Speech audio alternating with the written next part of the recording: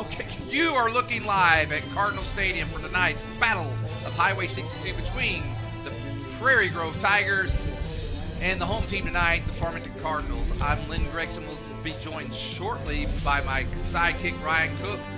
Right now, I'm joined by Chris Dodson.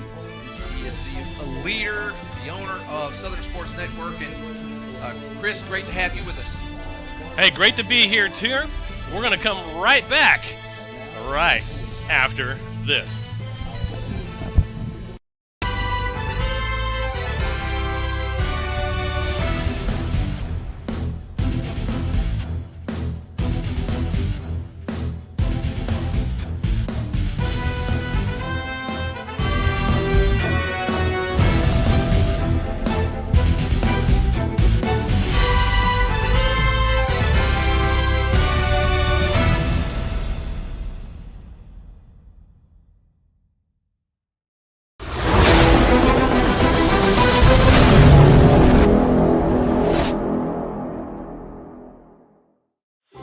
Our Best Bank believes in the power of serving others. That's why we're committed to working with and supporting those who serve our communities.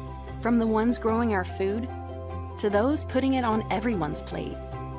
The ones building our neighborhoods, working to improve them, and supporting their neighbors in need. Our Best believes that all communities deserve a financial partner who cares. Our Best Bank. We believe. Are you ready to stop worrying about the reliability of your internet connection? Now everyone in your home can use the same Ozarks Go network. Watch videos, play games, work from home, do schoolwork, and anything else without worrying about lagging and buffering. Ozarks Go now has multi-gig internet service, offering quick downloads of files with fast speeds of 2,500 megabits per second. Call Ozarks Go today for fast internet speeds and no data caps.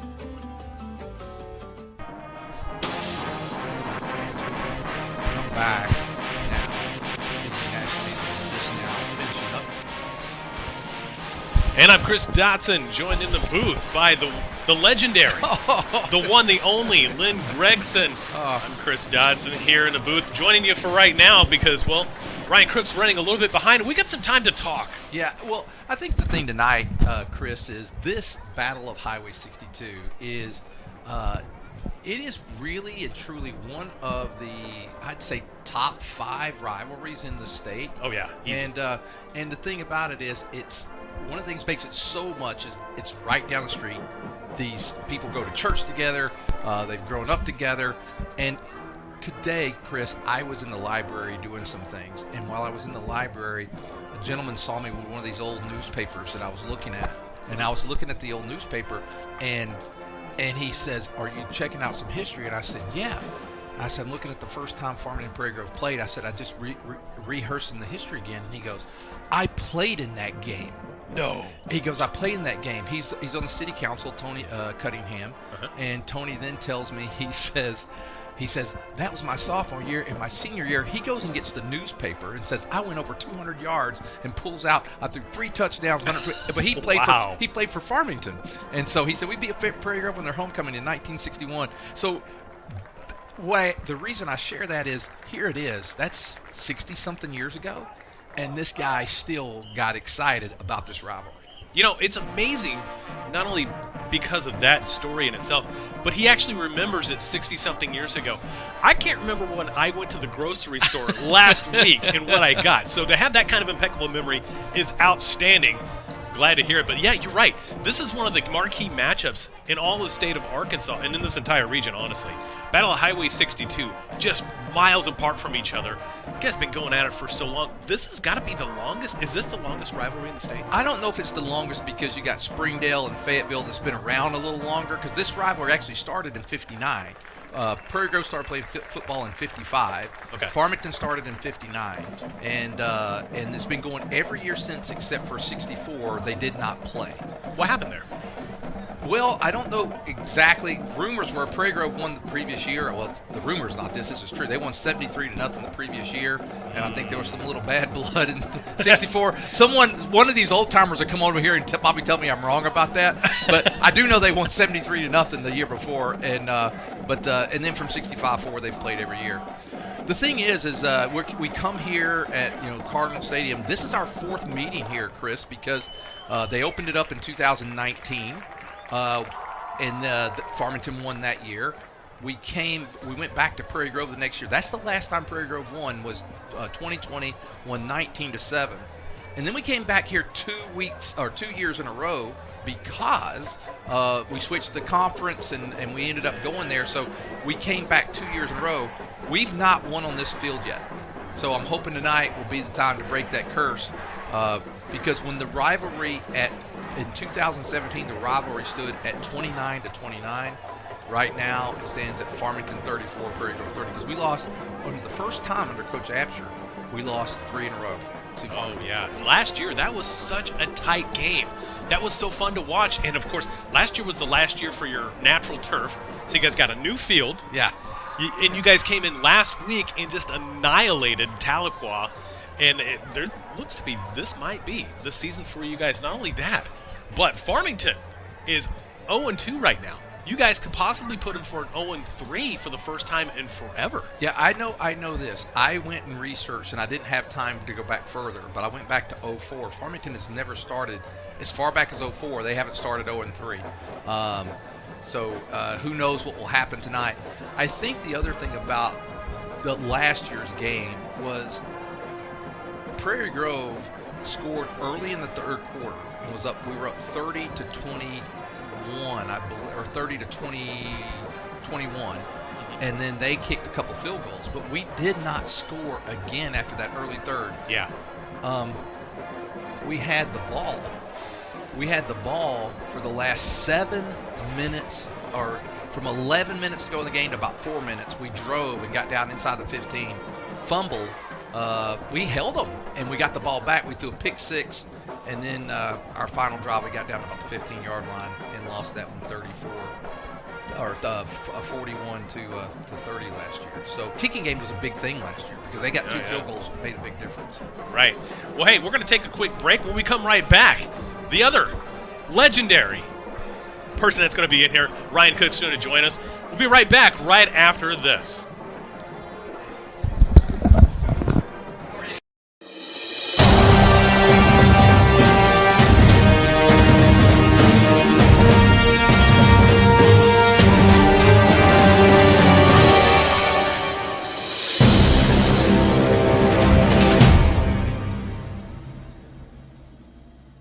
My story isn't that different from a lot of people that grew up in a small town.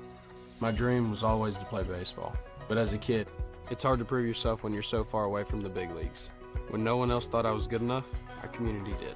From family to friends, coaches, and local businesses, my community built me into the player that I am today. And I'm just getting started. When you have the support of a community, anything is possible. First Community Bank, where community comes first. Don't get benched by slow internet. Team up with Zing Broadband by PG Telco and experience the agility and reliability that you need to stay in the game. Zing Broadband proudly supports the Prairie Grove, Lincoln, and Farmington schools. We wish all of our athletes success this school year.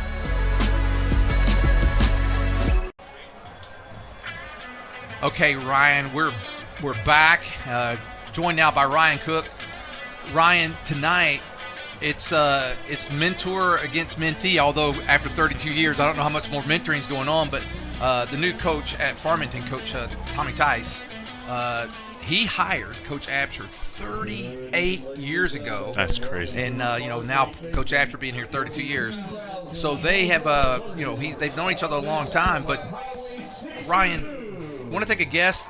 I'll tell you how many times they've played each other as coaches. 4 times.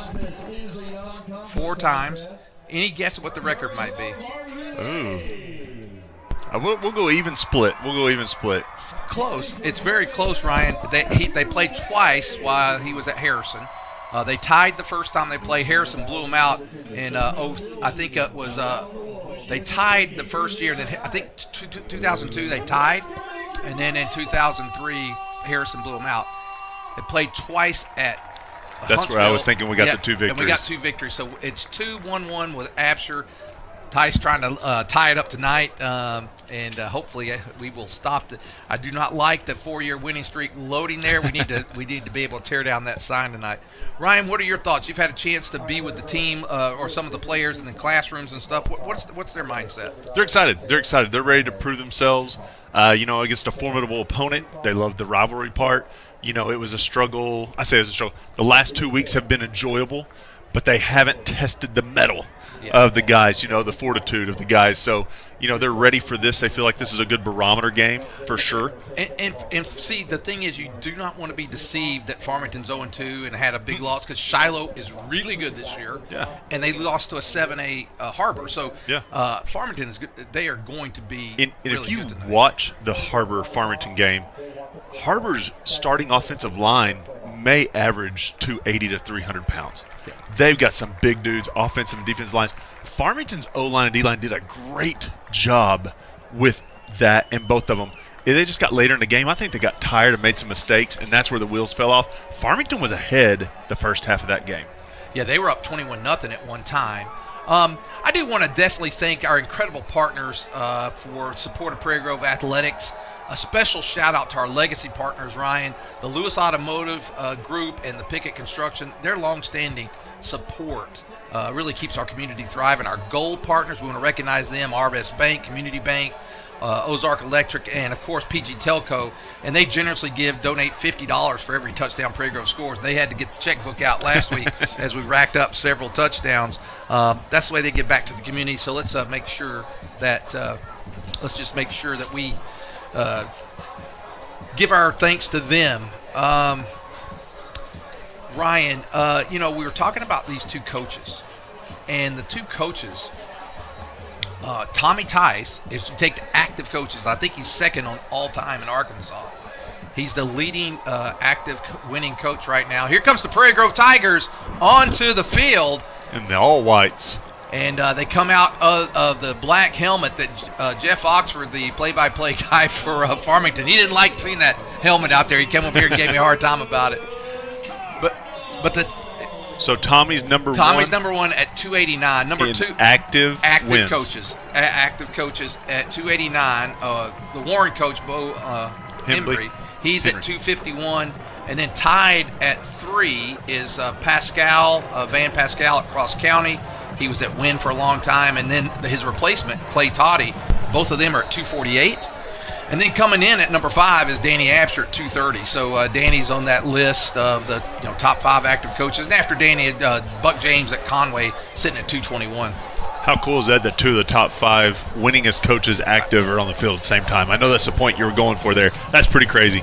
Yeah. And that they worked on the same staff at one time. I mean, he is a Tommy Tice tree guy. Yeah. And so, like, you talk about Saban, you look at Smart, you look at some of the guys, that came out of his tree.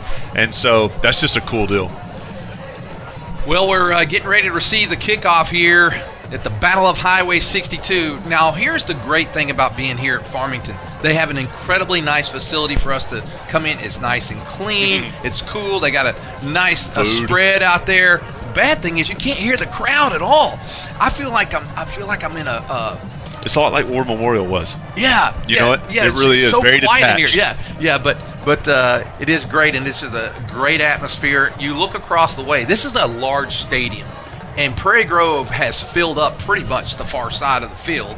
And if you look on Farmington side, it looks like they're packed except for here in the park where the people have to pay. Yeah. They know they can show up at game time and sit down when they want. Well, and if you look outside, there's at least a 30-foot line waiting to get in still. The line is all the way across the street because the parking's horrible. It's very far away. It's a long walk. And then even with 2 lines going with 4 different ways to pay, it's tough to get in. Here comes the kick, number 86. That is Brown, and is that Jace with it?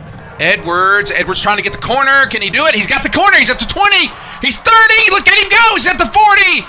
Still 50.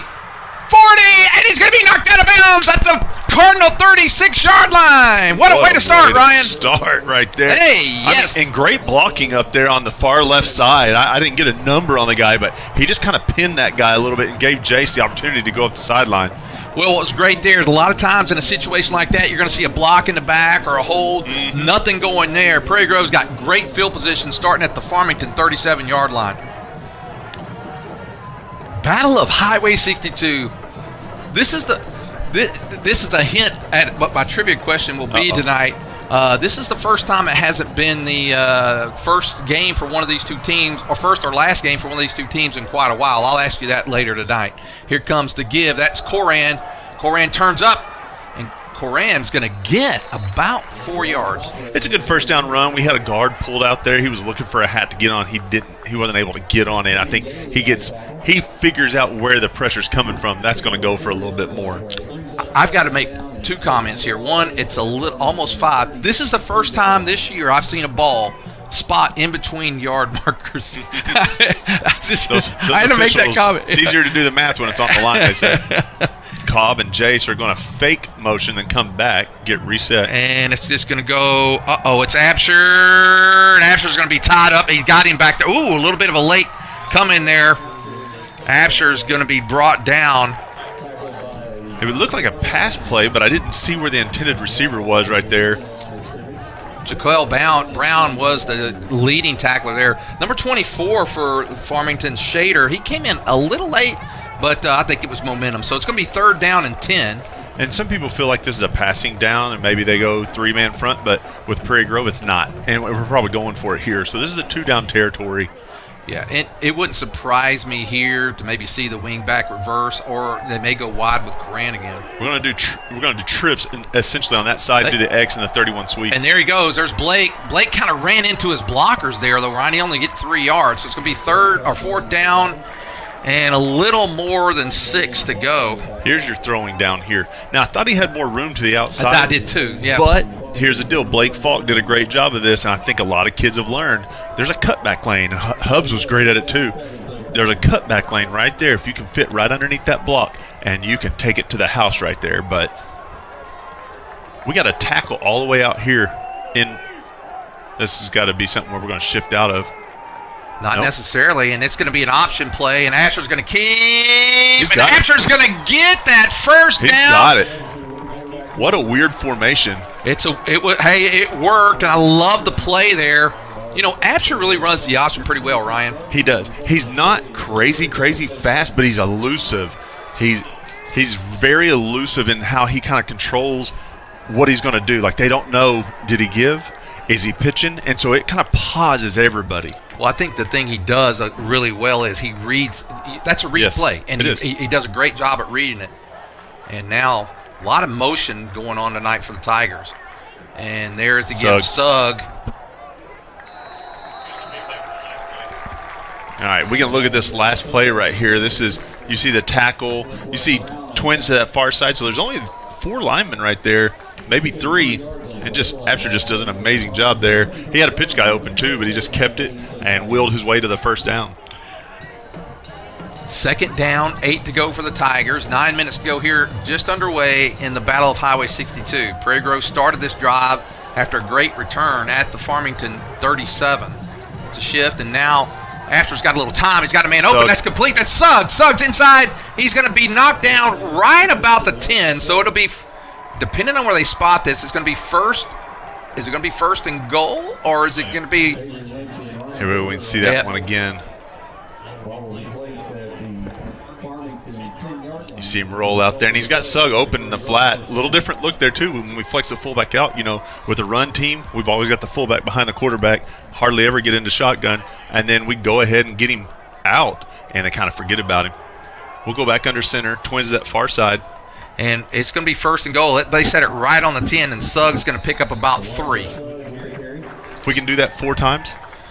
Yeah, we'll score. We need to get 6 on a drive like this, on a return like we got, and get in a 4th down conversion. Got to put this thing in the end You don't zone. have to be greedy. I said do that 4 times. If you get 3 yards 4 times, it's a touchdown. No. Let's get it in. I don't want to have a 4th down here and be sitting here sweating here. And worst case scenario too, you got great field position for your defense to kind of start this thing out. And so you're playing with house money when you get to this part. With that return, you're playing with house money.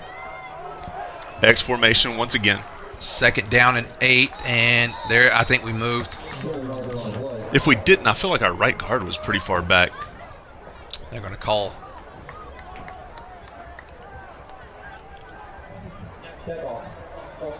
It's a false start by the Tigers, so 8:05 to go here, and it's going to back it up to the 12.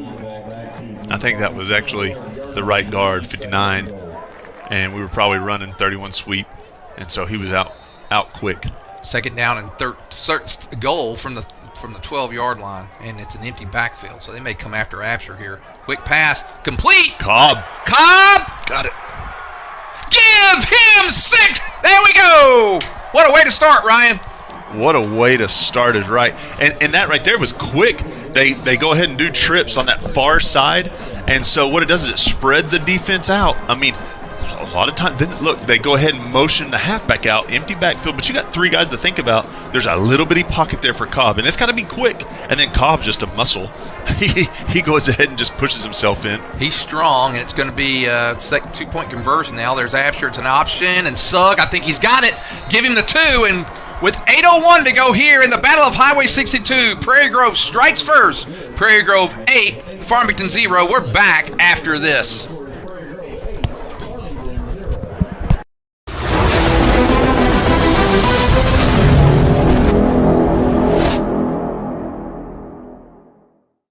I'm Shelby, one of the Lewis brothers, and excited to introduce to you our all-new dealerships located on I-49, exit 65, right here in Fayetteville. The dealership is 100% focused around the customer experience, including our all-new quick lane service department, where there's no appointment necessary for an oil change. It's easy, just pull into the service drive, get checked in for your service, and a free alignment check. All right, getting ready to kick now is number 18, Carrillo, for the Tigers. And Elsick is one of the guys back deep, and I can't quite get that other number. Is that 6, Ryan? They're both turned in a way I cannot see. He's going to field it about the 15. That is number 6. He's at the 15. There's a hole there, and it fills up pretty quick. And the Tigers got to get him down, though. Got to get him, though. And Braxton's going to get him. Brashear, did he take it away? Oh, he was trying. Almost. That was Dawson Keaton on the return. Good job by Braxton, kind of touchdown saving tackle there. Good pursuit. We know we had a bunch of guys around. We just didn't get him. Well, we still they could have gotten more after those broken tackles, but now they're going to start at their own 31. Decent field position for the Cardinals to start. Just underway. This is Farmington's first possession of the game. Prairie Grove took the opening drive from the Farmington 37 after a great return by Jace Edwards and great blocking by the fellas to get him there.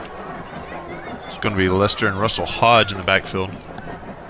You know, and he hurt us last year. He was very tough runner. What are we doing?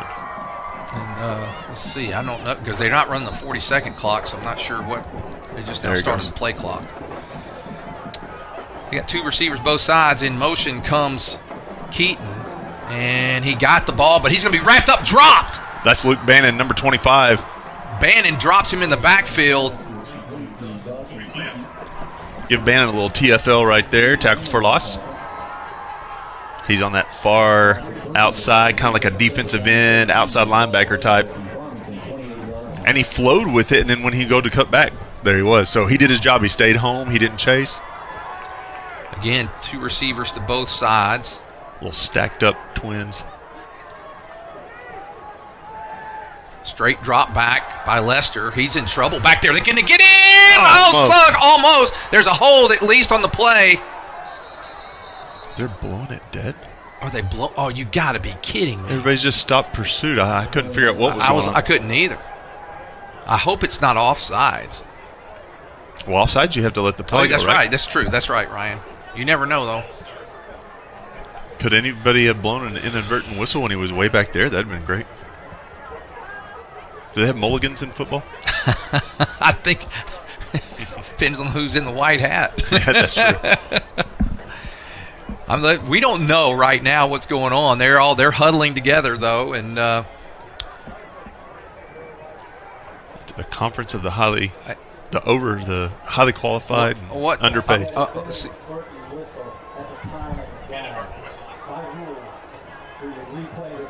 It is a mulligan. It is a mulligan. Well, that's not a good thing for Prairie Grove. We had a really good defensive play that time, and somebody got a little whistle happy, and they're going to that's just replaying the down. So it's normally it's like a spot deal. It's like but that's like on a fumble when they or an interception or something. But that right there, that was bad for us. Yeah, we had a great defensive play there. Now it's second. They're going to still get some pressure on him, and throws incomplete. And we got a hit on him that time, which is nice. That was number 12. That's Cart coming in from, I think, the safety position and able to get a hit on him. The more we can kind of get him to the ground here in the first quarter, hopefully affects him in the fourth quarter. Roman Nye was the intended receiver for Farmington, so it's still third down and 13. If we can hold them here, Ryan, and we should get decent field position if we can hold here on third down. Edwards, Moss, Cart, Karan, and Brashears is the back end of that defense right there. We're kind of running a 4-2-5. They got 3 receivers to the near side here, and straight drop again by Lester. Lester's in trouble. He's got room, though. And now can we catch him? And we got him. It's going to be fourth down. Braxton once again with kind of a saving tackle. I mean, Pierce was there, but Braxton came in and really put the pressure on him. So they're going to be fourth down and about 3, and let's see what Farmington's going to do here. They're going to it looks like they're leaving him on the field. Here you see on the replay, he steps back in the pocket, just good coverage, and so then he takes off. And Pierce was coming, but he would have got the first. Braxton stops the first down. They're going to go for it. They're going for it at their own 38, and could be a quick kick, but let's see. They put a man in motion. I don't think so. Now he comes and lines up. They're trying to draw Prairie Grove off sides, down to 1, and that's going to do it. So I don't know if they're going to take a timeout. Yep. Here's the thing. If they take a timeout and punt, that's a wasted timeout. Right. Because you didn't even fake a snap to get them to come off sides. Exactly. So to me, and now if they call a timeout and they go for it, if they just want to say, hey, let's see how they line up, we're going to see what they're doing, right, then that's a very smart timeout. So let's just see how they play it here. Great job so far by the Tigers on defense. I mean, we haven't given up anything big. We haven't been hurt too bad. And again, that one big play might have changed that whole series, but inadvertent whistle. So you don't get those very often. But when you do, you hope it goes in your favor and you got to retain possession or something on like a crazy pass or a fumble. But instead, it was a replay for them, and they saved themselves about, 15, 20 yards? Yeah, well, the one thing is I think he was going to get get close back based off of I don't know if our guys quit chasing, but he was out of the pocket and he had some room. He was either going to get back close to the line of scrimmage or throw an incomplete pass. So now they're going to line up here like they're going to go for it, it looks like. And Hodge is in the backfield, or Hodge is going to take the snap here. So, no, I thought he was. The quarterback went out there in the slot. Yeah, Lester went out into the slot there for a moment. And let's see what they're going to do here. They bring Elsick in motion. Still trying to draw Prairie Grove off sides. They may still be trying to do that. No, they're going to drop back. He looks. He wants to throw. It's complete. So they got the first down. And nice coverage by Coran. But a good completion. Nice tackle by Coran. The coverage, he had him open, but we're playing pretty soft on our coverage. But the tackle was great. Yeah. Just a simple little out route there by... that was Johnson for them, Aiken Johnson. First down and 10 for Farmington. That was a pretty gutsy call to go for it early in the game at your own 38-yard line. Mm-hmm. Already down a score. Nye keeps going back and forth in motion. Lester takes it, gives it to Elsick, and Elsick good defense right there. Sugg is the second guy there. Cale Bray's the first guy there. And then Jackson Pierce also right there in the hole. Yeah, we were all over that, Ryan. I love it. You can see the penetration there on the replay, Ryan. All right up the middle.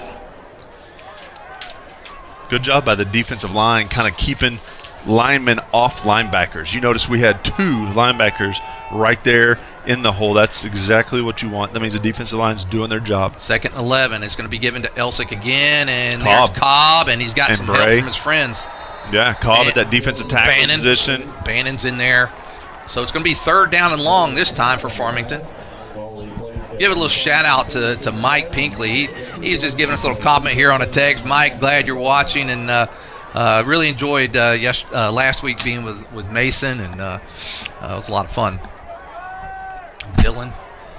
That's pretty cool. It was fun. That's pretty cool.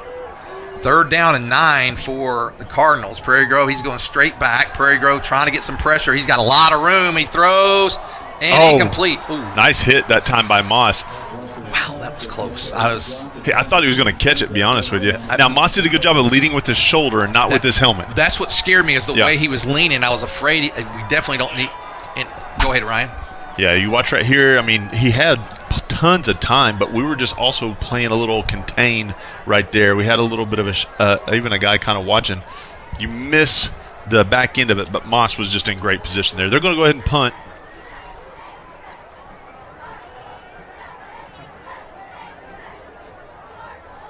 Waiting for it. There's the kick. Yeah, it took him a while. And just Jace calls for the fair catch. He's going to take it at the 22. And so the Tigers are going to take over with 4:21 to go here in the first, leading 8-0. Great job by the Tigers. We just talked about Dylan. I got a text from him. He says, you got me watching tonight, too. So, yeah, I love it. He's about back in, man. I'll tell you, man. A lot of those guys still keep up with football, but they can't watch every game. But you come back and experience it again, and it's in your blood. You can't get away from it. You take a guy like Dylan, who's gone to the highest level, Yeah. I mean, and for him to be able to, he came back last week and got a taste of, what it was to be back in the high school game again. Here's the give. Coran coming, and he's trying to find some room, and he's going to get, you know what? It didn't look like much, but he's going to get about maybe 3 yards there. And on the first down, you keep punching that bell right there, right? You just keep doing it, because one of those is going to break, or you're shortening up the sticks, or you're getting them tired for later in the game. I seriously think we saw them get tired against Harbor. Now Harbor had a much bigger line. But they still. were huge. 2nd down and a little more than 6, and this time it's Sugg, and boy, he got wrapped up quick, and he didn't get much. So it's going to be 3rd down, 3rd and let's call it a long 6. That was our read play right there. They did a good job. Farmington did kind of bunching up that hole, and our lead blocker wasn't able to kind of create a seam. And you really, on the read, kind of got to get a running back on that linebacker to kind of give you a little space. But it was Seward and Conran that time for. We're going to go heavy. Okay, now we're shifting, and we're switching a tackle too. So it's going to be a give to Coran. Can he get the corner? He's got it. He's going to get the 1st down. Nice tackle by Jaquel Brown. That was a great tackle. And really, without Jaquel following the play that well, that's 6. You can see right here, this is that sweep. We kind of get heavy over on that other side. And just that cut in. And that's what Coran was trying to do earlier, that we said there was some green outside. Coach Ab likes to kind of train him to not always go for the green. 1st down and 10, ball at the Prairie Grove 35. It's going to be an option play again. Oh, we got a lot of room. A lot of room. Absher kept it. He could have pitched that one. I mean, I never mind you keeping it when you're picking up 8 yards on 1st down, but, man, he did have a pitch there. Man, that's a play, back in the old days that you go a little further and then you pitch at the end. I know they don't do it as much as they used to, but you'd wait till you get about a yard and a half from that guy, and then you pitch it. He's got all day to run. Was it Pulaski back in the day that would do something like that, but the guy would just follow him all the way down, and they'd turn around and toss it to him? And I was like, you can't do that, but you can. It's legal. It's scary as all get out. 2nd down and 3. Twins that far side. It's going to get got room this time. And he gets into Cardinal territory at about the 46-yard line. Great job that time by the offensive line. Like you said, he has room this time. So he's going to run. This is a 23 read. So the Tigers moving the ball down the field. This drive started at their own 22. They're at the Cardinal 46. Offensive line got a good push that time. They did. And the lead blocker, which was Coran, he had a great block too. Here's that up formation motion by Jace. It's going to be given to him as a 49 sweep. Boy, they read that well. Brown and let me get that other number. And also number 18 for the Cardinals. That's Berger. So Ryan Berger and Brown catching for a loss. They read that well. They did. And really in that up formation, we do run a lot of different things out of it. But, trying to get Jace some touches, that's a smart thing. Guy that could be halfback, plays wingback, catches the ball really well. Turns the ball well, too. So here comes after. Oh, man, and Conrad's got him. Oh, are they going to get him for a horse collar or not? No, he didn't make the tackle with it. I don't think they will. Conrad got through there, so Taylor. What you don't want to see is the back of your linemen watching their linemen make the sack on the quarterback. So I know Taylor Conrad, that kid benches about 315, 320. You can look at it right here. Just really good pursuit and pressure on the quarterback. And then, like I said, you got linemen watching, and you don't want, you got multiple linemen watching, multiple linemen go tackle. And they were only playing a three-man front, and they got a fourth guy that they bring up there sometimes.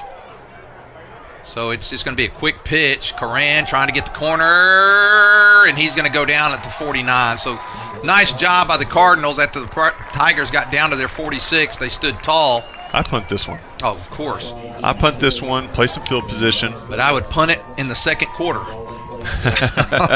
We're down to about 15 seconds, and it looks like. Well, we'll line up and try to draw them off sides because we know we're going to go into the second quarter, is what I feel like. Man, our center is getting at least a yard. Yeah, there's our hard count. Yeah, and they can do that, and that's going to end the first quarter. After one quarter of play here in the Battle of Highway 62, it's Prairie Grove 8, Farmington 0. We'll be back for the second quarter after this.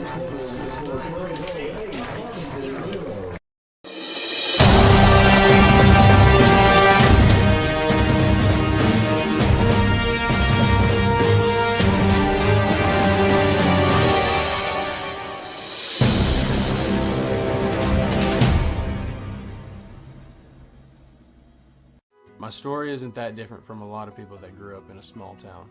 My dream was always to play baseball, but as a kid, it's hard to prove yourself when you're so far away from the big leagues.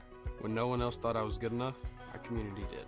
From family to friends, coaches, and local businesses, my community built me into the player that I am today, and I'm just getting started. When you have the support of a community, anything is possible. First Community Bank, where community comes first. Don't get benched by slow internet.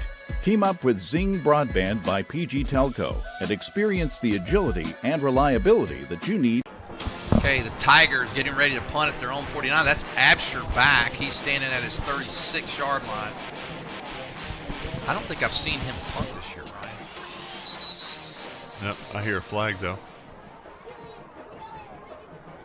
What are they doing? I don't know. They didn't start the clock or something. I don't know. I have no clue. That was weird because the ref whistled right in the. I could hear it in my ear. That's a pretty good mic we got out there. Almost sounded like he was mic'd up. So they're going to do it again. It's fourth down for the Tigers. Fourth and about 15. So they're going to punt. Hopefully we'll get good snap. And it's going to be it's kind of end-over-end type punt. Almost like a kickoff. He's going to take it. He Why? He kind of ran afterwards. I thought he did too, but you're not supposed to do that if you fair catch him.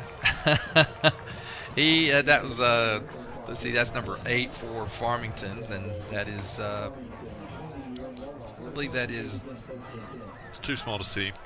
Which number was he again? Was that 8? You said 8. Yeah, that's 9.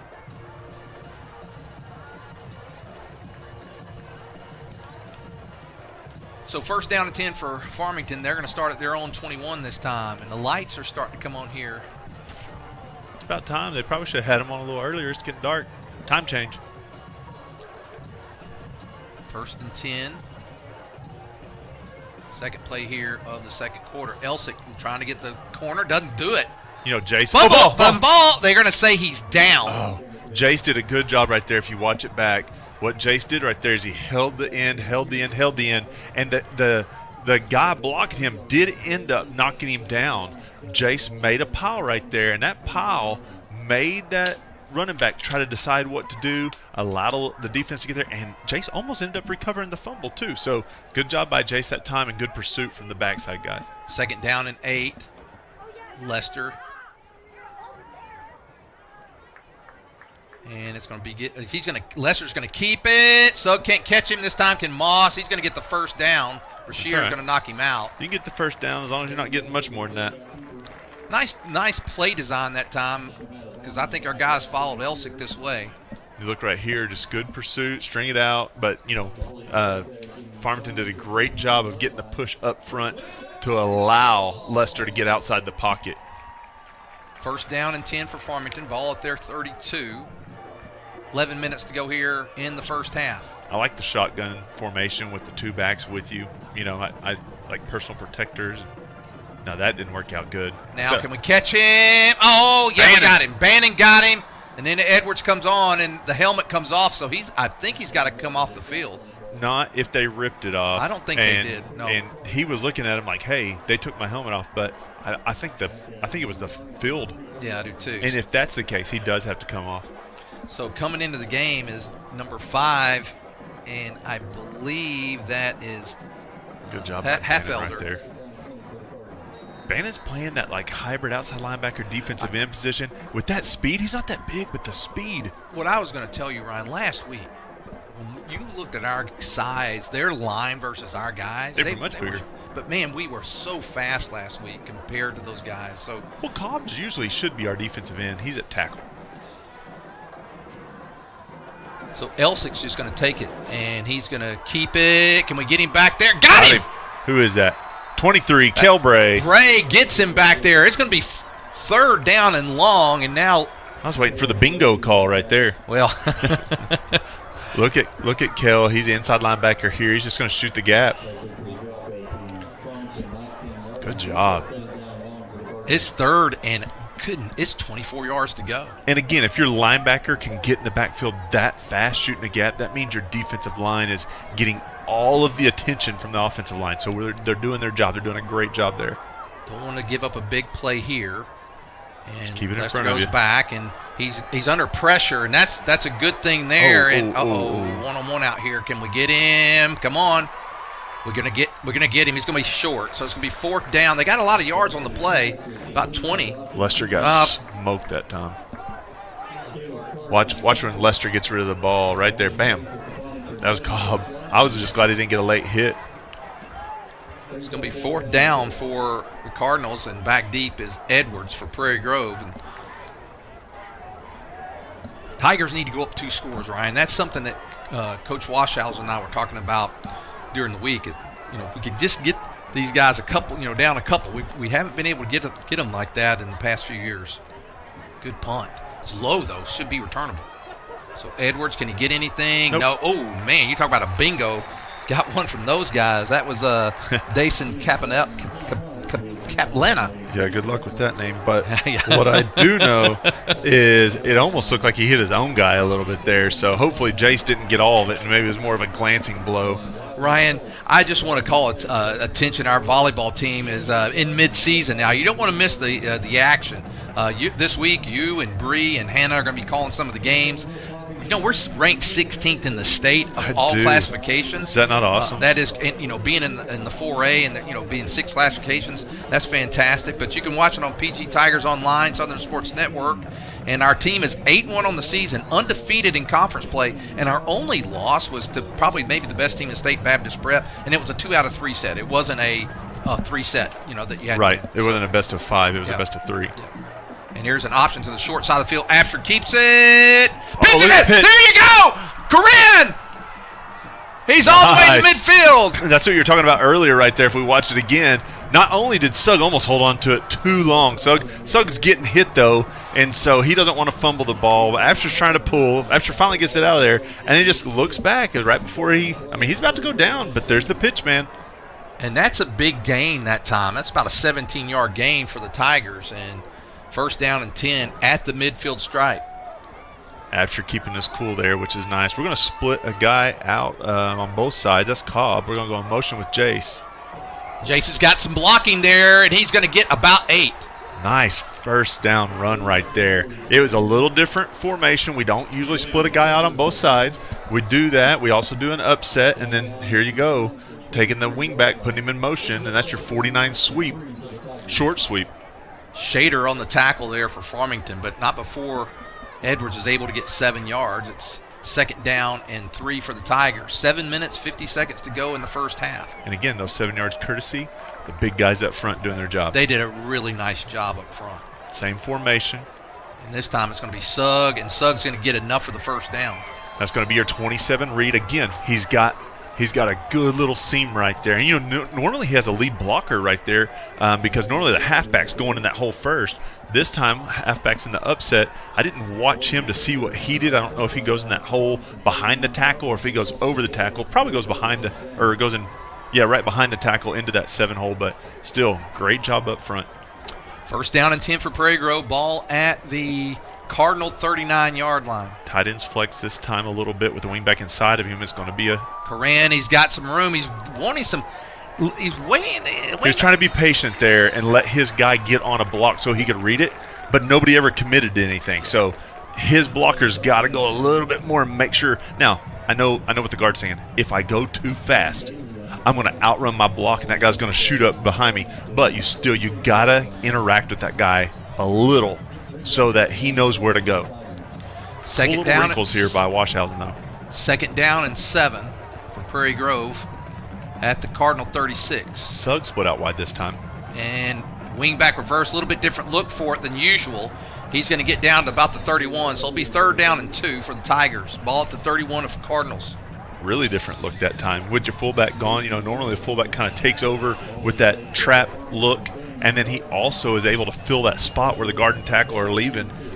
But what it does is it takes somebody out there. Somebody has to go pay attention to him. Ryan, based on what it says here, the two guys up front, 63 and 57, 57 being Seward and Conran being 63, they're it says 290, 270.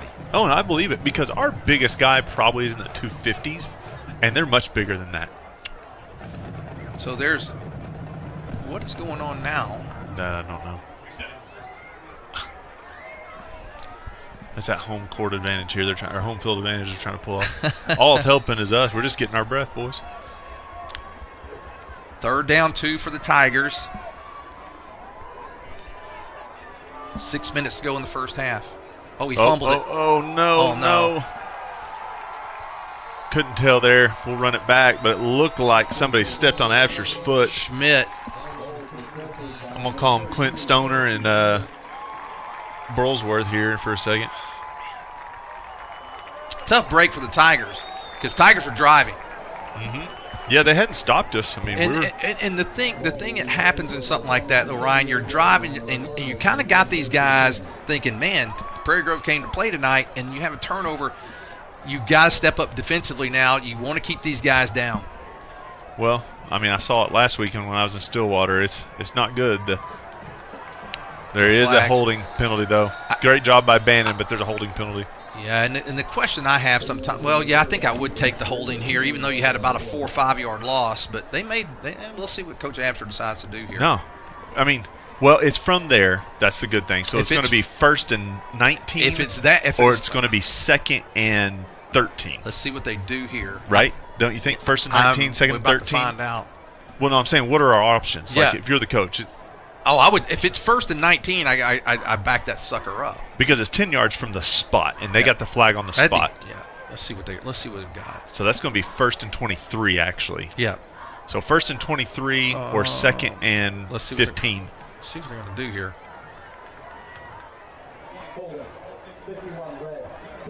Awesome. I'm fine with that. I know it gives them 8 yards, but it's one less play too. Well, It depends. It depends on where the hold took place. If the hold, it's from the spot of the foul, and if the spot of the foul was up closer to the line of scrimmage, Tigers bringing some heat here, and it's a quick pass, complete, but good pass and catch that time. We had two guys there in coverage. You would hope if you had two guys in coverage, one would play a little tighter, could jump that route eventually, and then one had over the top. Either way, it's a bend don't break type defense right there. 3rd down and 10. The pass was completed that time to Johnson. So it's going to bring up 3rd and 10 for Farmington. Man, that fumble. Ugh. I got to get over it, man. Can't let it get you down, especially like with Absher. That's the same thing. Alex and Caleb Wilson there. You got to make sure that fumble's flushed. You're done. Get it right next time. On to the next. 3rd down and 10 for Farmington. They look like they moved, no call, and it's going to be a long pass. He's open, and it's complete. We're playing pretty soft coverage right there, and that's the part that's hard. Braxton was almost 8 yards away when that ball's completed. And I just wonder if he saw the ball, like the receiver stopped. Yeah, Braxton was quite a ways away. That's a pretty soft coverage. And I know right now you can think, well, we should have taken the penalty. I don't think so. They could have done that one too. It would have been 3rd and 10 probably anyway. So in trouble, and he's going to get him. Oh, good job that time by Bannon. Could have almost been about an 8-yard loss on a sack, but instead Lester gets it off. He's left-handed to run to his left. He didn't quite see him. He knew he was coming, but he just kind of got it into the ground. Outside the pocket, past the line of scrimmage, not going to be intentional grounding. 2nd down, 10 to go for Farmington. Ball at the Prairie Grove 41. Hodge in the backfield with Lester. And quick pass.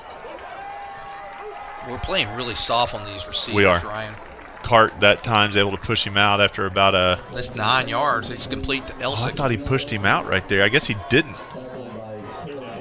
3rd and 1 for Farmington. Yeah, with 5 defensive backs out there, I'd like to see us play a little tighter coverage and let our safeties do their job over the top, but, you know, there's a method to the madness. Yeah, and I'm sure the coaches have seen something and don't want it to give up that big play. Now you got trips to this side. We'll have to come over a little bit. No, we're going to take a timeout, or they're going to take a timeout. Well, let's go ahead and take this one with them. With 5:17 to go in the first half, Tigers still holding on to 8-0 lead.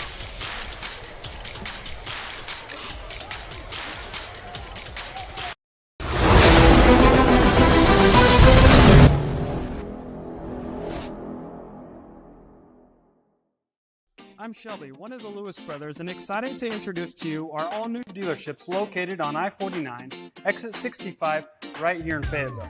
The dealership is 100% focused around the customer experience, including our all-new quick lane service department, where there's no appointment necessary for an oil change. It's easy, just pull into the service drive, get checked in for your service, and a free alignment check, and a complimentary car wash. Stop by today and check it out for yourself, exit 65, right here in Fayetteville.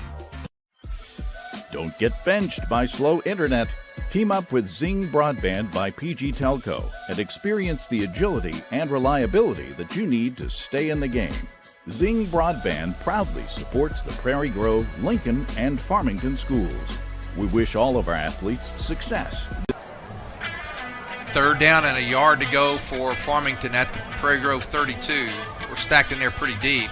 It's going to be a give, and it's going to be a 1st down and more. They're going to get down close to the Prairie Grove 25. You know, last week they ran that against Harbor a couple times, and Harbor did a really good job of kind of blitzing from the ends and stopping that.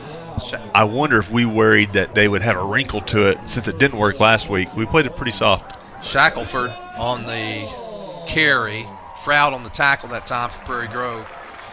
1st and 10 for Farmington at the Prairie Grove 26. 5 minutes to go here in the first half.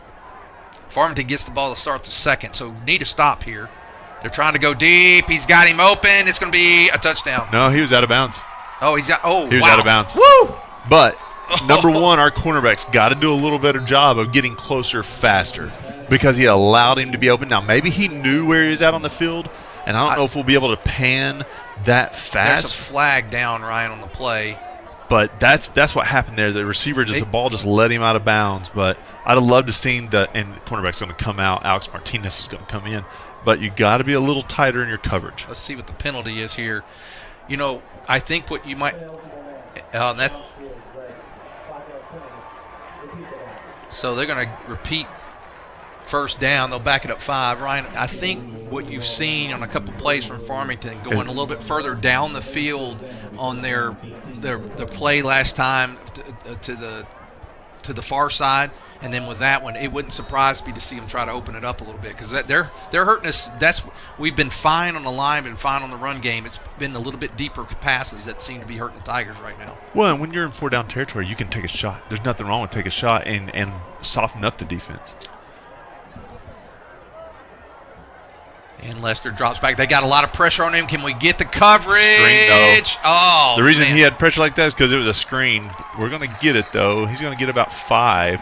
That's number 6. That's Moss. But that's why we had guys back there so fast. That screen, they just kind of opened up Olay and let the other team in. They're going to have a complete line change here, though. I feel like this is more of a running package here. Right? More of a, I bet they jumbo package play after play. Well, they got like a power eye. Gosh, I haven't seen this since 1980 something, So if it works, though, it doesn't matter. Yeah, they're going to go right at it, and there didn't work. Number 17 on the tackle that time. That's Laycock. Tylen did a great job of pursuing from that far side defensive end position. Well, they tried that play. It's going to be 3rd down and let's call it 5. And that's what I was saying with Harbor. Harbor did a really good job of attacking that from the ends. So that play didn't hurt Harbor that much last week because they were able to tackle him behind the line because there's no holes really up front. They've got 2 downs to get 5 yards here. One-on-one coverage there on the far side. Take a sack, boys. I'm trying to talk to Lester here. And it's a quick pass complete. And broken tackle. Got to make the tackle, guys. He's going to be out of bounds at the 3. Moss got him out, but not before he can get a first down. And the thing with that is, Ryan, he got about 10 yards after initial hit. Yeah, you got to have a sure tackle. We wrap up a little, but not a lot there, and he's able to get free. So great job by that receiver. 1 missed tackle, 2 missed tackles. A 3rd guy gets knocked down. They're back to that power eye, and again, this time we're going to stack up. Moss right there. Moss with the hit stick right there. That was a good stop by Moss. Laycock gets there afterwards. Pierce is there too. But Moss is the one I saw coming in from that safety position, kind of just sticking him. Farmington's trying to get 2 for 1 here because they get the ball to start the second half, and we're about 3 minutes to go here in the first half. Trying to get Prairie Grove jump off sides. Prairie Grove's disciplined that time. Cobb's not even down in a 3-point stance. He's almost playing like a linebacker at his defensive tackle. You'd think they'd be able to go push again. This time they stack it up. Got it again. Is that Jace? Elsick on the carry, no gain. It's going to be 3rd down and goal from the 2. It is Jace on the tackle that time. It looks like Coach Ty's trying to run this clock down. He knows Prairie Grove, they're kind of typically a run team, and you don't give them a lot of time here. I'd love to see Alex in the 2-minute offense here for a minute, especially after a stop. If we can stop him. The question is I want to see it after a stop. Wouldn't be surprised to see him pull this time and try to do a bootleg of some sort, Ryan. It wouldn't shock me. They're just running that clock down as far as they can. And they're going to do it a 3rd time. This time he goes out wide and he gets it in there. Elsick in for the touchdown for the Cardinals. Well, and the fumble sets that up. But you can't let it get you down. You got to fight back. We actually did a decent job on defense. They earned everything they got right there. But next time, let's keep the ball and run down and put points on ourselves rather than let them have it. They're going to actually just kick the extra point here with 1:55 to go in the first half. Out of the hold of Richards. It's a fake. They're looking. Throws. Incomplete. We'll take that. So they faked it. Hodge tried to throw it. It's incomplete. So Prairie Grove leads at 8-6 with $1:55 to go. We'll come back for the last 2 minutes of the first half after this.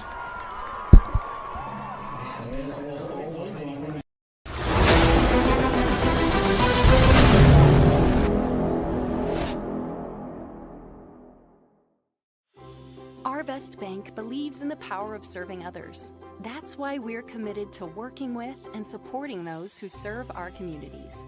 From the ones growing our food to those putting it on everyone's plate. The ones building our neighborhoods, working to improve them, and supporting their neighbors in need. Our Best believes that all communities deserve a financial partner who cares. Our Best Bank. We believe. Are you ready to stop worrying about the reliability of your internet connection? Now everyone in your home can use the same Ozarks Go network. As number 86 for Farmington, that is Brown. Elliott Brown getting ready to kick. Prairie Grove, boy, we could use another good return here. Let's see what they're going to do here. You got Jason Braxton back there to give you one. And it's going to go to, that's Braxton. Give him a little bit. Oh, he pulled up, so at least he got away. There he goes. He's still up on his feet. 30, going to get up. Nice job that time by Braxton getting outside. Farmington had. They said he stepped out to 26. Oh, no. What? That's a big difference than what I thought. Farmington kind of had everybody on that right side, but they just lose contain there. Maybe he did. He kind of slowed up. Okay. Yeah, he knew it. 1:45 to go in the first half. Prairie Grove with the ball at their own 26. Don't give them the ball back, but be aggressive. Try to put one in before the half, but don't give them the ball back. You can't throw an interception. You can't be silly with the ball here. Alex has to be, and Alex is super smart. So just stay smart, be safe, but be aggressive. You want to be a little bit aggressive. Coach, he likes to run his 31 sweeps and let a guy hit it for 60 yards. I mean, and get us closer to take a shot. We have 3 timeouts, so it's not like we have to start off throwing the ball out, right off the bat. I think we have some options here. Trips to this near side. It's a quick pitch. I like that play. It's Sugg, and he's first down. Let's see if he got the first, and he didn't get it. Let's see if they're going to stop. They're not stopping the clock. I thought that's where the contact was, but I didn't know that's where he went down at. But okay, got to be quick here. Should stop it after this play if we pick up the first down. There's going to be your option play. And that's wow, that was they're going to get him for that. Yeah, they're going to get him for that. That's going to be 15, and the clock's going to stop. So that's going to put Prairie Grove. That's a 15-yarder. Yeah, that's silly. That's unnecessary. Yeah, he hit him. Unnecessary roughness that time. Is Coran up? He's up. Coran's tough. Yeah, he is. I would not want to meet that kid in an alley. I would want him with me, not meeting him. So 15 will give Prairie Grove the ball. Should be at the Farmington 44 with a minute and 16 to go. So Prairie Grove started this at their own 26. I'm telling you, he hit him hard now. He did. Now in Blake's defense, trying not to negate how hard Zero did hit him, Blake had already eased up and was running out of bounds. Like, he was done. Yeah. And the guy just didn't finish like he should. I mean, I understand if Blake was kind of tippy-toeing or something, lay him out. But Blake gave up on the play already. He kind of just conceded. 1:16 to go. Cobb and Jace go in motion to the other side. Quick pitch to Coran, and Coran, he's got room. He's going to go out of bounds. Oh, we're going to get a block in the back or something that time. I think Jace over there. Somebody's running their arm, waving their arms up in the air there. Hold or something right there. It's going to back us up. Those are usually called drive killers, so I hope that's not the case, but it is. Holding, I believe it's going to have it for sure. I gave it to the wrong guy. It was Cobb. I gave it to Jace. Well, him and Jace were actually blocking the same guy and did a great job of it. Maybe that's why. And you want him to be aggressive, so, I won't fault them for that. You just hope you can run that minute off if you're not going to score and don't give them the chance. But we'll run 31 sweep right here, and we'll run it down the field. We've got 3 timeouts, so I'm not. We may go right back to that play. Nope, 31 sweep on the empty side. That's different. That's a different look right there. Normally we at least have a tight end or something. We're going to take a timeout this time. Ryan, we'll stay with it this time on the timeout as we. I just want to also, we've partnered now in our 3rd year with Southern Sports Network, and you can follow them on Facebook, Instagram, X, TikTok. You can get scores, standings. and a lot of exclusive content each and every week. We really appreciate our partnership with them, and having Chris here with us tonight has been fantastic. Yeah, we got the boss man. We're pretty special. Well, and it's the Battle Highway 62. I mean, that's everybody brings out their big guns for this game. Yeah, and I definitely want to give a shout out, and I think I may have failed once tonight. When Prairie Grove scored, I've got to say that, hey, every touchdown scored by the Tigers is $50 donated. We didn't talk about the check that they wrote last week. Yeah, they were the big one last week. It balanced out this week so far. We'll see what the second half does for us. 1 minute and 5 seconds to go here in the first half. Tigers with the ball at their own 48, second down and 18.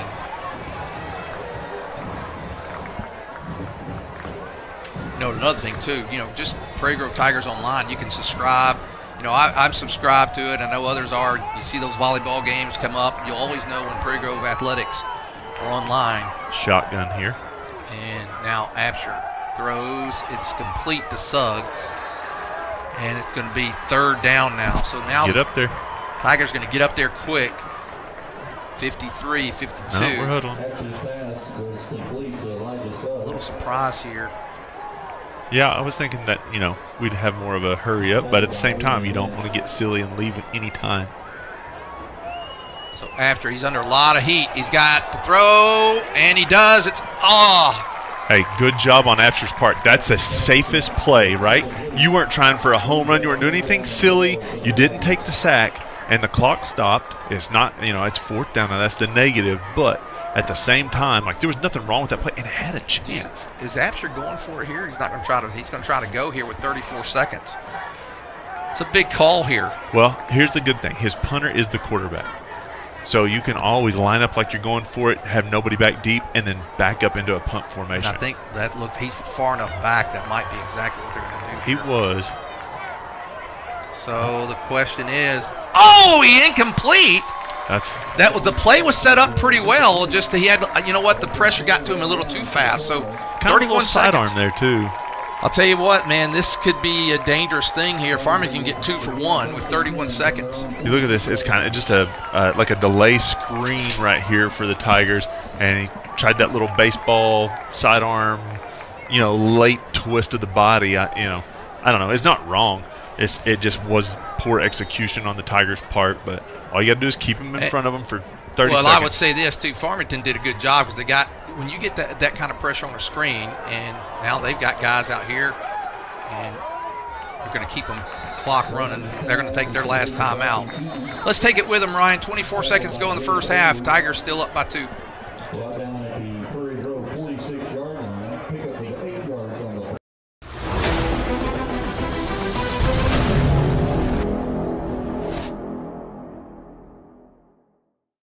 I'm Shelby, one of the Lewis brothers, and excited to introduce to you our all-new dealerships located on I-49, exit 65, right here in Fayetteville. The dealership is 100% focused around the customer experience, including our all-new quick lane service department, where there's no appointment necessary for an oil change. It's easy, just pull into the service drive, get checked in for your service, and a free alignment check, and a complimentary car wash. Stop by today and check it out for yourself, exit 65, right here in Fayetteville. Don't get benched by slow internet. Team up with Zing Broadband by PG Telco and experience the agility and reliability that you need to stay in the game. Zing Broadband proudly supports the Prairie Grove, Lincoln, and Farmington schools. We wish all of our athletes success this school year. 4 seconds to go here in the first half. Ball is at the Prairie Grove 46-yard line. Second down and 2 for the Cardinals. Straight drop by. They got him, and that's what you needed because that's going to probably run this clock out because they got it. They got 17 seconds. They've got a timeout left. No, they don't. They're out. They're out of timeouts. Oh, okay. I thought we had none, and they have. No, they're down to 8 seconds, 7 seconds. You got to. They're going to have a. He spiked it to. Yeah. 3 seconds. They're going to have a play. So Prairie Grove just can't give up the big play here. Man, this is where I take those 5 defensive backs, and I don't know. I don't put everybody back. I might put 2 safeties back. I don't like putting 5 on the goal line. No. I put 2 maybe back on the goal line and play your regular defense with everyone else. Move your safeties back, do a 3-man rush, maybe blitz a linebacker, but Everybody else is just playing normal defense here. It's 4th down and 7, and they've got one play left, so you don't want to let anything get behind you here. And you want to get a little pressure on him so don't give too much time. Okay, he's going to run. He's past the line of scrimmage now. And he's going to go down. That's it. So Prairie Grove did what they needed to. 1 half of play in the books. The score is Prairie Grove 8, Farmington 6. And as we go to halftime, we want to take a time again to remind you of our fantastic partnerships with, our legacy partners, Lewis Automotive, Pickett Constructions, just the pillars they are in our community, and can't thank them enough for their ongoing support. Our gold partners, Arvest Bank, Community Bank, Ozark Electric, and PG Telco. Their contributions are just vital. And so stick around. We got more exciting action coming in the second half after this break. Prairie Grove 8, Farmington 6.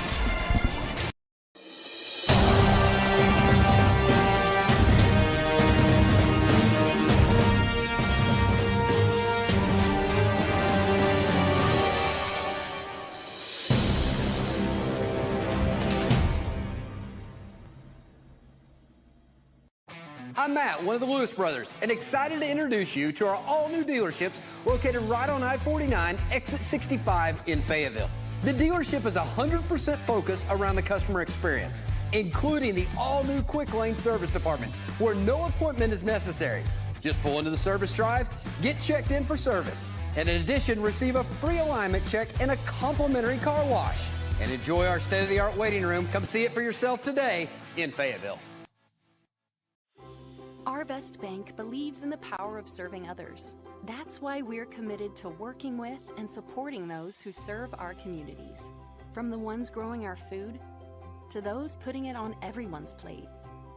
The ones building our neighborhoods, working to improve them, and supporting their neighbors in need. Arvest believes that all communities deserve a financial partner who cares. Arvest Bank, we believe. Are you ready to stop worrying about the reliability of your internet connection? Now everyone in your home can use the same Ozarks Go network. Watch videos, play games, work from home, do schoolwork, and anything else without worrying about lagging and buffering. Ozarks Go now has multi-gig internet service, offering quick downloads of files with fast speeds of 2,500 megabits per second. Call Ozarks Go today for fast internet speeds and no data caps. My story isn't that different from a lot of people that grew up in a small town. My dream was always to play baseball, but as a kid, it's hard to prove yourself when you're so far away from the big leagues. When no one else thought I was good enough, our community did. From family to friends, coaches, and local businesses, my community built me into the player that I am today, and I'm just getting started. When you have the support of a community, anything is possible. First Community Bank, where community comes first. Don't get benched by slow internet. Team up with Zing Broadband by PG Telco and experience the agility and reliability that you need to stay in the game. Zing Broadband proudly supports the Prairie Grove, Lincoln, and Farmington schools.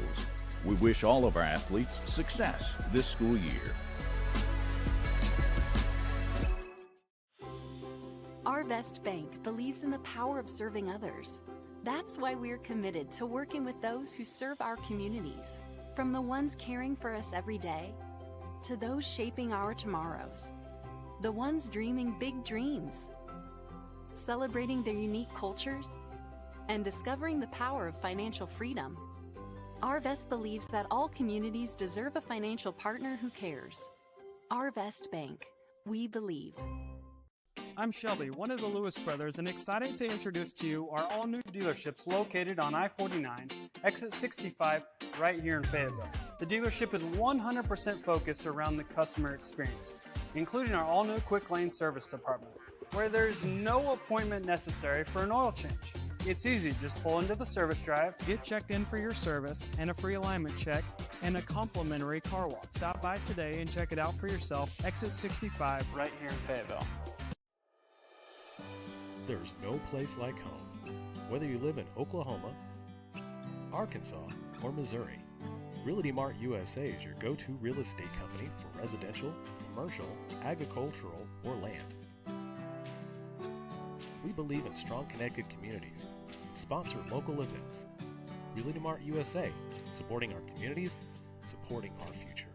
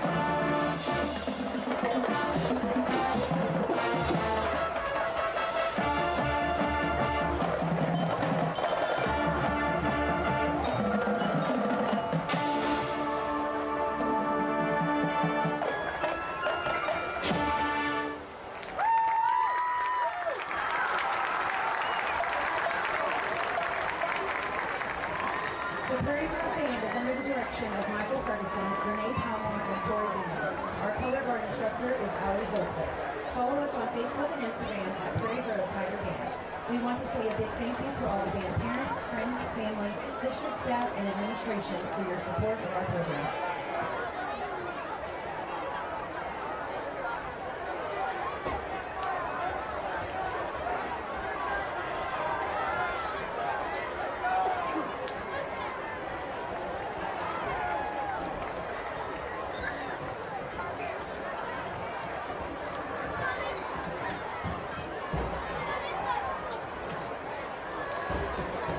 While the Crimson Regiment is preparing to take the field, just a couple of announcements to remind you about. Don't forget that the band parents are selling Cardinal night lights in the end zone area by the concession stand. Don't forget to help support the band by purchasing one of those. Also, don't forget that the Football Booster Club, if you are a member, you can pick up your punch card and program. And if you're not a member, you can also find out information of how to join at the booth, at the table booth by the near the concession stand as well. Also, it's a busy week here in Farmington at the stadium. Tomorrow there will be a full slate of Pee Wee games. So we ask that you please, when you have trash, please make sure and put that into the trash receptacle. That'll help us immensely as we clean up and prepare for Pee Wee games tomorrow.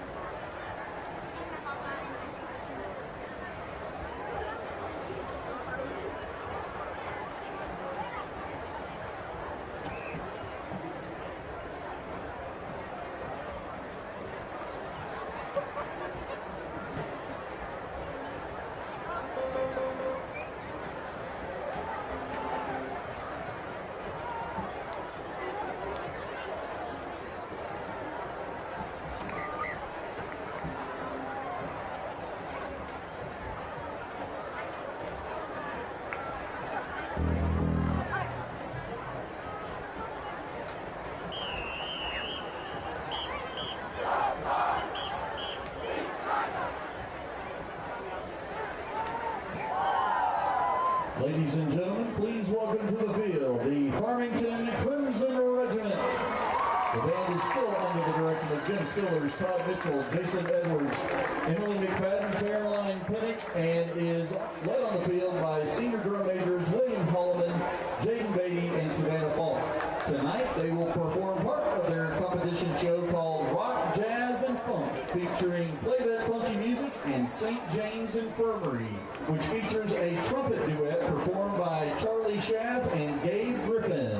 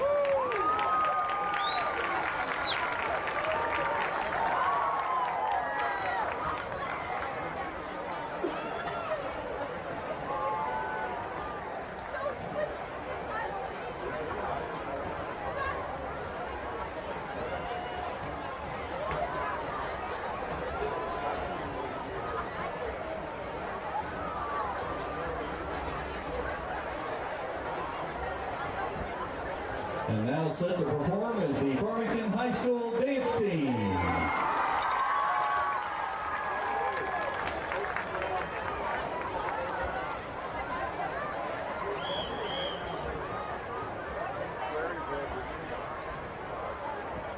Tonight, the dance team is led onto the field by Captain Zaylin Young, co-captains Blakely Divis and Anna Cochran.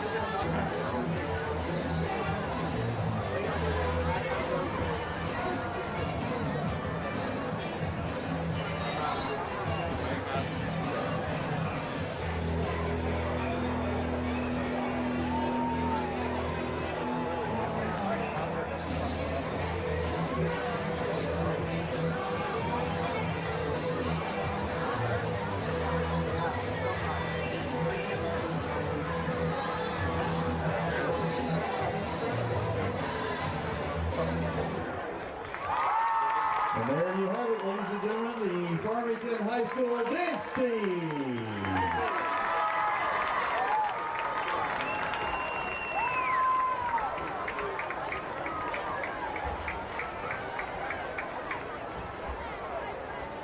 Curtis is trying to go to Stanford.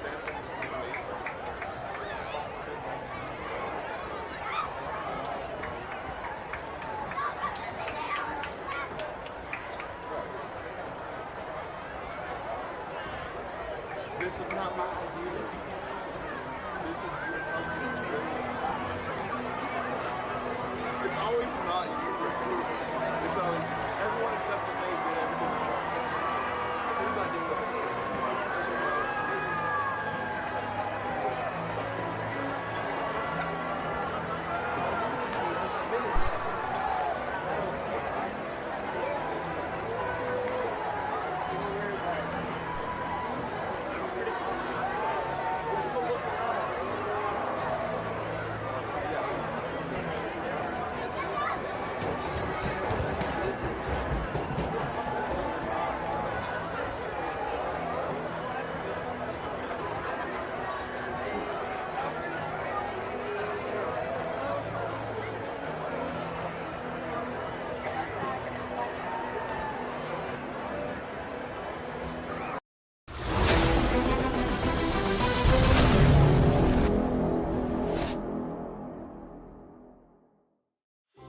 Our Best Bank believes in the power of serving others. That's why we're committed to working with and supporting those who serve our communities. From the ones growing our food to those putting it on everyone's plate. The ones building our neighborhoods, working to improve them, and supporting their neighbors in need. Our Best believes that all communities deserve a financial partner who cares. Our Best Bank, we believe. Are you ready to stop worrying about the reliability of your internet connection? Now everyone in your home can use the same Ozarks Go network. Watch videos, play games, work from home, do schoolwork, and anything else without worrying about lagging and buffering. Ozarks Go now has multi-gig internet service, offering quick downloads of files with fast speeds of 2,500 megabits per second. Call Ozarks Go today for fast internet speeds and no data caps.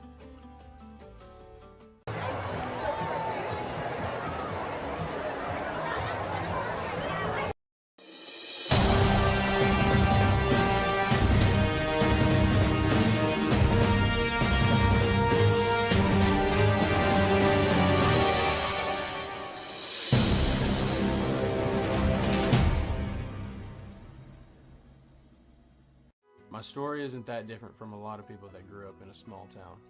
My dream was always to play baseball, but as a kid, it's hard to prove yourself when you're so far away from the big leagues. When no one else thought I was good enough, our community did. From family to friends, coaches, and local businesses, my community built me into the player that I am today, and I'm just getting started. When you have the support of a community, anything is possible. First Community Bank, where community comes first. Don't get benched by slow internet. Team up with Zing Broadband by PG Telco and experience the agility and reliability that you need to stay in the game. Zing Broadband proudly supports the Prairie Grove, Lincoln, and Farmington schools. We wish all of our athletes success this school year.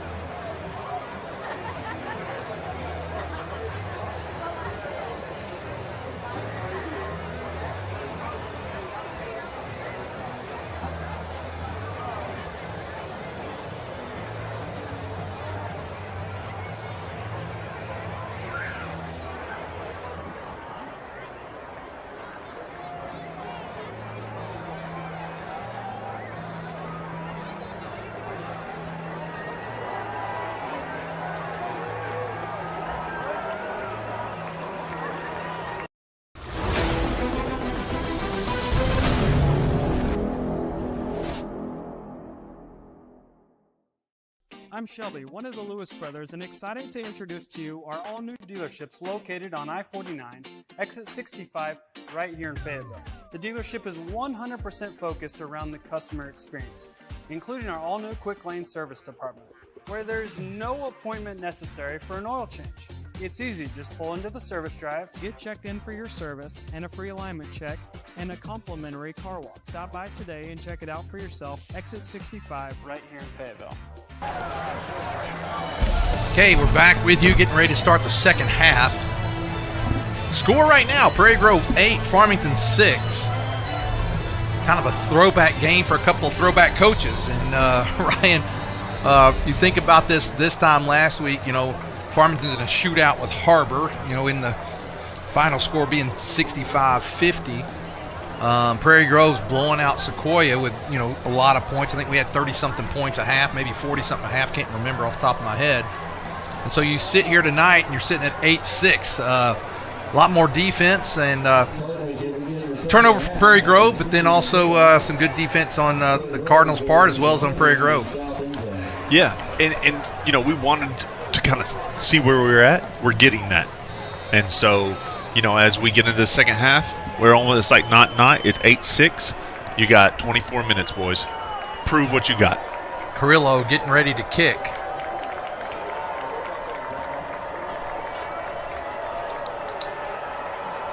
And here comes the kick, and it is a little bit of an onside kick. Oh, we might get this!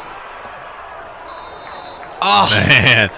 Oh, that was about as perfect as an onside kick you could get. I'm surprised we didn't quite get that. They're going to get the ball at the 35, but take a look at that, Ryan, on that replay there. It just bounces the perfect bounce. They don't field it. It gets back behind that line. We got guys going, but they cover it. So they'll take over at their own 35. So not a bad onside kick from the standpoint of and there's no return. It was a good one, and you don't get a return, and the ball's still on their side of the. It's like kicking it out of bounds. Yeah. It's perfect. Yeah, about it the works. same. First down and 10 for the Cardinals. Now, Ryan, after this play, I'll make a comment here. Elsic's going to get it. He's got the corner this time. He's got a little bit of blocking, and he's going to get the first, or he's right at that first down. They're going to mark him at the 44. Jace is going to get him down in the end. Ryan, I want to say, with this kind of, I don't know, what's shaded glass, I'm having a hard time seeing some of these numbers. I'm just getting harder. I've always had a hard time seeing the numbers. At least not for Prairie Grove tonight. But no, it's if they turn slightly, it's a little hard. But I can see them well enough. You remember the white with the yellow numbers? Those were terrible. Second down and a yard to go this time for the Cardinals, and so they're going to give it to Hodge. Hodge got the first, and we got a face mask. They didn't call it. Why is Hodge not down? He was in a huge pile right there. How did he break free? We're lucky. We are really lucky they didn't call face mask there, right? They got the 15 anyways. Yeah. By the hard running, I mean. They're going fast this time. After that first down, they're going to give it Elsick, and this time we get him. There you go. Moss and Jace both there. These refs on something like that, they got to call. They got to blow the whistle right there. You're going to get a guy hurt, or you're going to get these guys getting late hits because they could throw. They don't blow the whistle. You throw them down, and then you get the call. It looked like a stalemate, but if Jace would have lifted up and then pulled him down, it'd have been a 15-yarder on us. Boy, somebody needs to get out there. He's by himself. There goes Kel.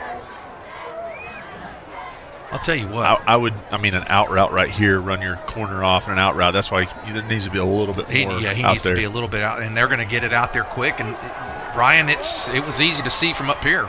Yeah, and I understand we're kind of committing to the run right there, but and Kel's fast. Don't get me wrong, but still, if you're a little closer, just a little closer, you can always run in. It's third down and about 4. Ball's at the Prairie Grove 35. They're moving the ball, and they're going a lot faster right now, Ryan, than they were in the first half. Sometimes you go fast, you make mistakes, though. So, it's a give and take type deal. Need a stop right here for Prairie Grove. We've been on defense quite a bit since late in the second half, or second quarter, I mean. Elsick throwing deep, and... Oh, Blake, did he catch that? What? Oh, what? He's saying he got it. What? Look at the replay, Ryan. Let's see if he got that. It'll be hard to pick up on the replay, but it sure looked like he got it. You see the throw there. He steps up in the pocket. He throws. I knew Blake made a great break on the ball. That was the coverage I was talking about earlier that I wanted. You can't tell on the replay. We don't have that NBC where it zooms in yet. That would be impressive. It's 4th and 4 for Prairie Grove, or for the Farmington Cardinals. Tigers need a stop here. And straight drop, and he's got some time. He's scrambling. Now he's on the run, and now can you get him back here? That's the question. They committed everybody to the pocket. Oh, he's got a man wide open, and that's why you got to get back there, guys. It's a touchdown for Farmington. What are we doing there? And I know what they're thinking. He's going to run. I'm going to come up and play, but until he crosses the line of scrimmage, that's your guy. That was 4th and 5. And you had him on the ropes. You had him stopped, Ryan, and then you leave a guy open like that. See. Look at that. I think someone's spying the backfield and thinking they're going to go up and help on the quarterback scrambling, but that's not your responsibility there. You got to trust everybody else up here. You got to stay in coverage. Well, the Cardinals take it 65 yards, and on 4th down from their 35, from the Prairie Grove 35, they get the long pass, and it's the Cardinals with the lead. They're going for 2, and again, he's going to go in, and he makes it. So Lester takes in the 2-point conversion. With 9:40 to go, it's the Cardinals 14, Prairie Grove 8. Back after this.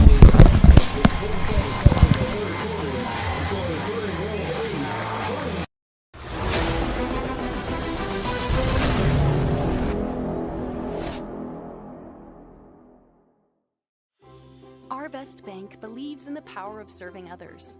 That's why we're committed to working with and supporting those who serve our communities. From the ones growing our food to those putting it on everyone's plate.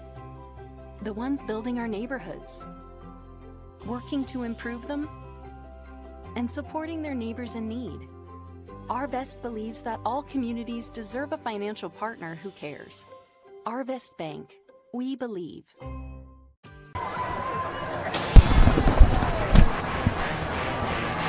Okay, we're back with you as Farmington takes the lead on their opening drive of the second half. Take it 65 yards and take a 14-8 lead.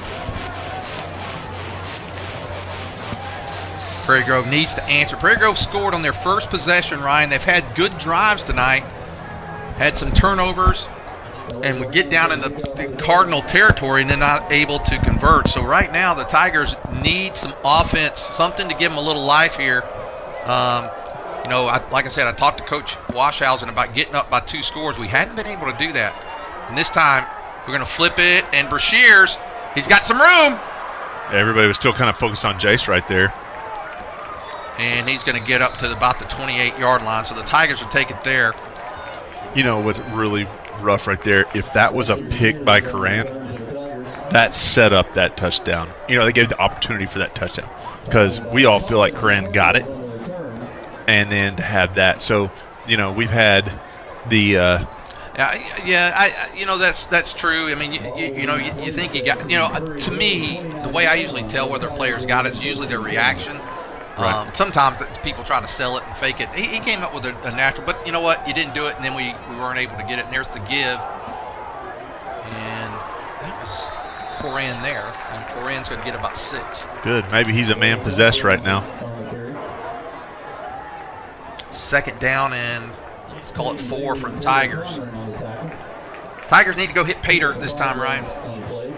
Coran's kind of kicking and moving like he's cramped a little bit. We're going to go 2 tight ends, 2 wing backs, so double tight, double wing, single back. And it's Edwards, and can we get some room? He's got some room, and he breaks one. Oh, he's going to get a penalty, though. That's going to hurt. Penalties, turnovers, that's kind of hurting the Tigers tonight. Last year was the same thing. Penalty after penalty after penalty. Now, Farmington, played the game a little bit too and then got a couple, but we killed ourselves. And then the turnovers and the turnover late, just really, it hurt. And tonight, you look, turnover really, really hurt. A missed opportunity with the pick really, really hurts. Penalties. We're going to go back into that 2 tight end. It's second down now for the Tigers, 2nd and 13. But the Tigers get a tough break on that one, Ryan, because, Jace with the first down. And we went heavy on that side. He got some room. Ball's sitting right in the middle of the field, so you can kind of go either side. I mean, you can always go to the short side anyway, but we're right in the middle of the field, so we kind of got some options here. And straight. Sugg, no, not much that time. He may have gotten 2. What you could do out of that double tight also is motion your tight end and wing back to the other side. You'd be really, really heavy on that far side and run like a 29 quick pitch or even a read right there maybe or something that looks like it's going 29 quick pitch and comes back inside. Yeah, it's 3rd down and 12 to go for the Tigers now. Well, let's call it 3rd and 11, but boy, it's a big change, that penalty. And empty backfield, 5 wide. And Asher goes straight back. He's got to scramble. He's got some room to run. He throws it incomplete. I think Asher could have taken that one, Ryan. He may have could have got it first, but it's going to be incomplete. 4th down, the Tigers going to have to punt. Yeah, I think the run would have been pretty good right there. And really the guy threw to in double coverage. There wasn't – They had good pursuit that time, and they had really good coverage. So. Yeah, that's why he probably should have ran it with that kind of coverage. He gave his guy a chance, but at the same time, I think you're right. He had a lot of room, and I'm not saying he would have made it. I think he was throwing on the run and kind of threw across his body. That was a pretty tough throw. Yeah, well, and like I said, double coverage like that, you got to do the perfect pass to make that one happen. 8:02 to go here in the 3rd quarter. Tigers go. Oh, low snap. Good thing they didn't come after it. He's gonna have some. He's got some chance to run this. They're gonna get good field position. Good tackle that time. Is that Pierce? Yeah, that is number 4. It's Fisher. Or Bray. That was number 40. Oh, that's Marcus Fisher then. Yeah. Marcus Fisher running out of bounds. They got the ball in good field position. This is an important defensive stand this time for Prairie Grove, Ryan. Being down by 6, they've got the ball at the Tiger 48. And like I said last time they had the ball, we've been on defense a lot lately. We've got to stop and get some time on the offensive side of the ball. We're going to wear out if we're not careful. Yeah, all right. In the first half, it was like 4-minute drives every time we touched the ball. Now it's been 2-minute drives every time we touch the ball. So we've kept the defense on twice as much as what it was. And it's going to be it's a keep by Lester. He's got the first down. Oh, he got hit. I thought he had the first. He's still going to get the first, but good job by Moss stopping him, but good job by the Farmington offensive line getting behind him and pushing him another 4 or 5 yards. So it's first down for the Cardinals now from Prairie Grove 42. So Tiger's going to need to step up here, Ryan. Well, we do. We need to stop because we got to flip the field somehow, and we got to keep them from having offense down here. This time, good blocking on the corner by Farmington. Let's see where they're going to get. Man, they did not let him go out. Elsick did a really nice job of staying in bounds. Which that's where you get smoked. So hopefully next time he dances the tippy toes, we take care of it. I do think Jace was held on that one though and couldn't get over there, but.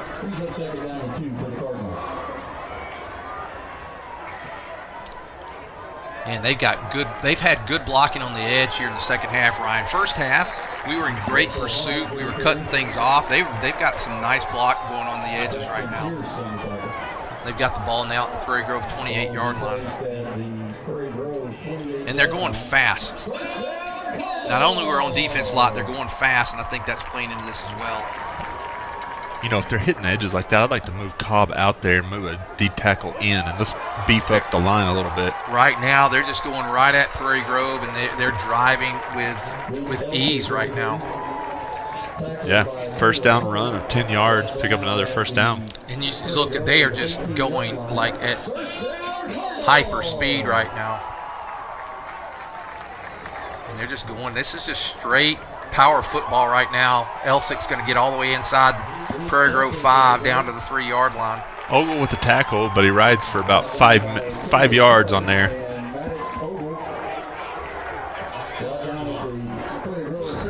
No, it still hasn't even moved. And now they're just going to, this is what they've been doing. They get inside the 5 and they're just powering. They go to the power eye here, Ryan, and they're just going to go right at it. And going to go to the outside. They're going to get in again, so it's going to be 20-8 as the Cardinals take their first 2 possessions in less than 6 minutes in 2 of them, and now they're up 20-8. They only took 1 minute and 50 yards to pull that off. So here they go with that jumbo package again, and right up the middle, we stopped the middle pretty good. They're running it to the outside now.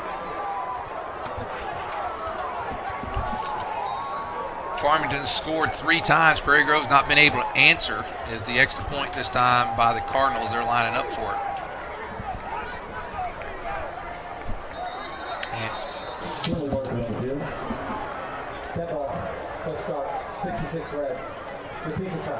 They're going to back it up.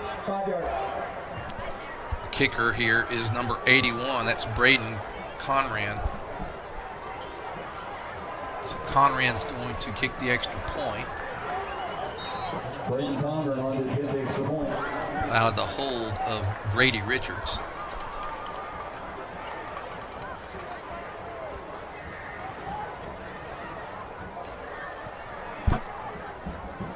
Snap on the way, kick is up, and Conran puts it through with 6:54 to go in the third quarter. Farmington stretched lead out 21-8 back after this.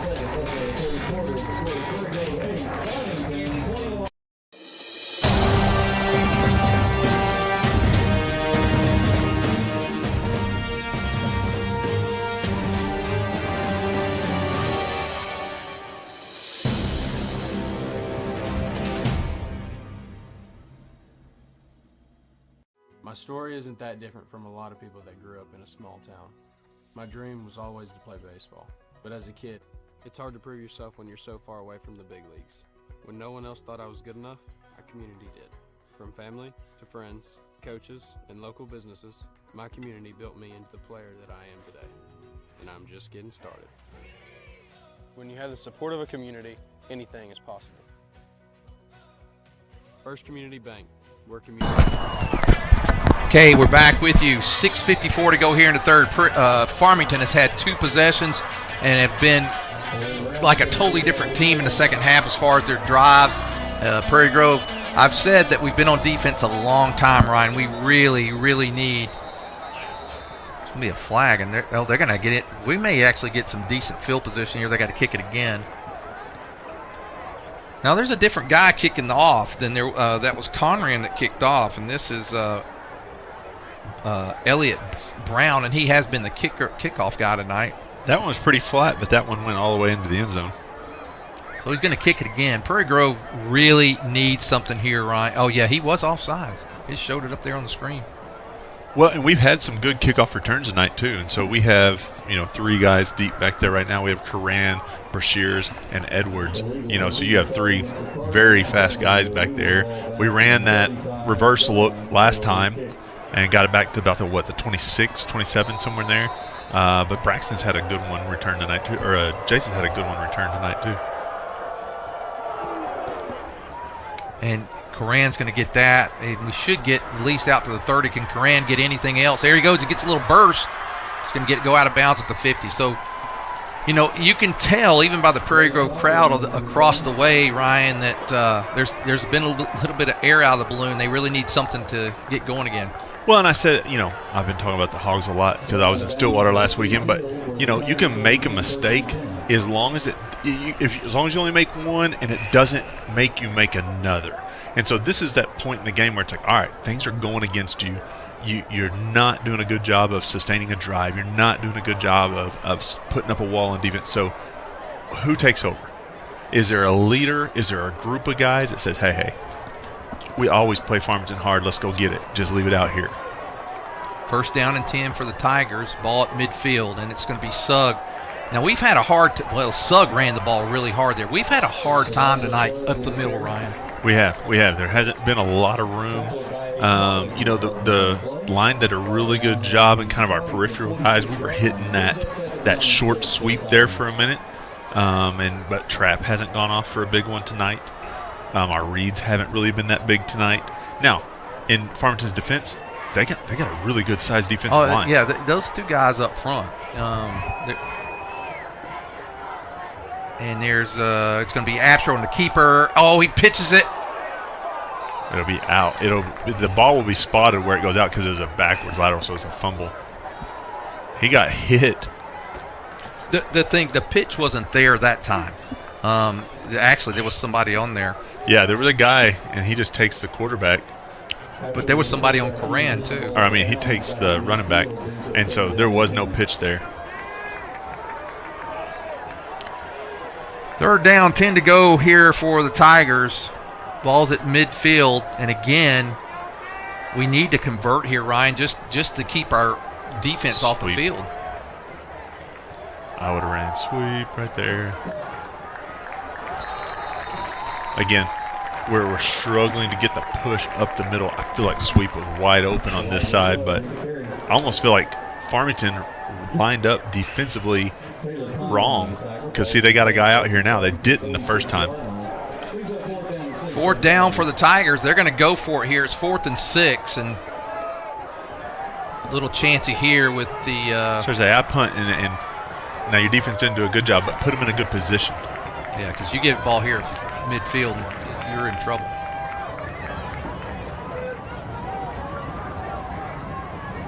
Throws complete, and they're going to get it. Yeah, he got it. He had to get to the 40. Oh, that was a great spot. They're going to get the spot. He got it there, though. That's where he caught it.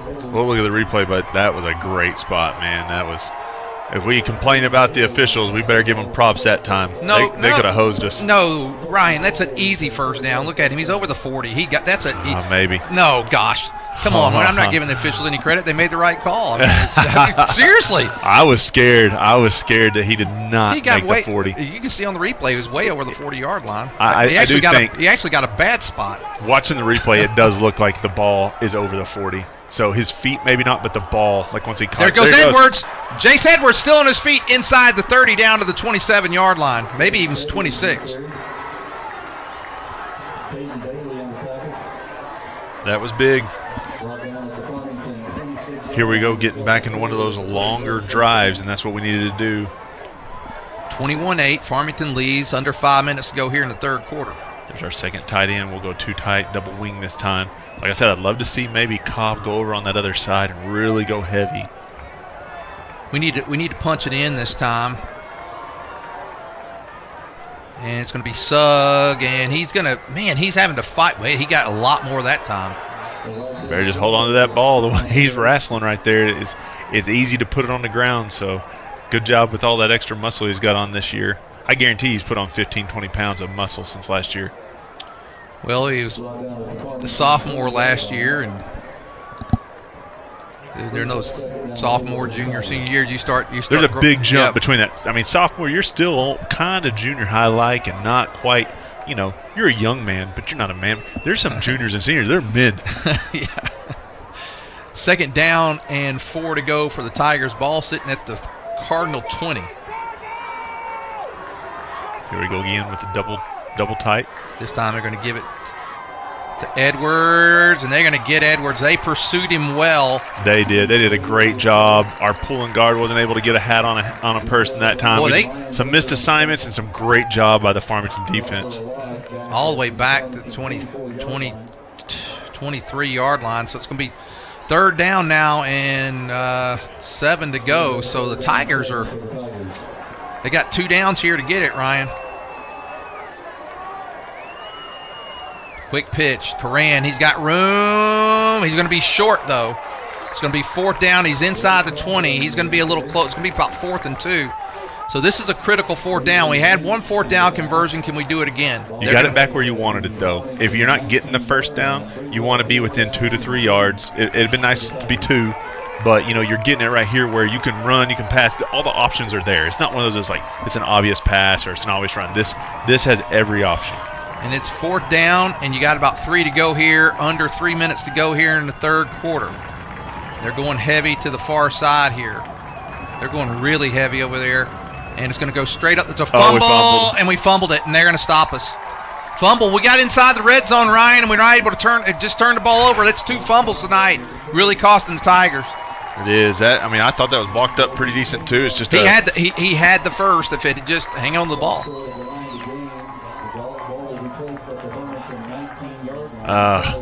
And that's you're taking your halfback and kind of running him through that trap look right there, and that's not something we normally do, but still, dang it.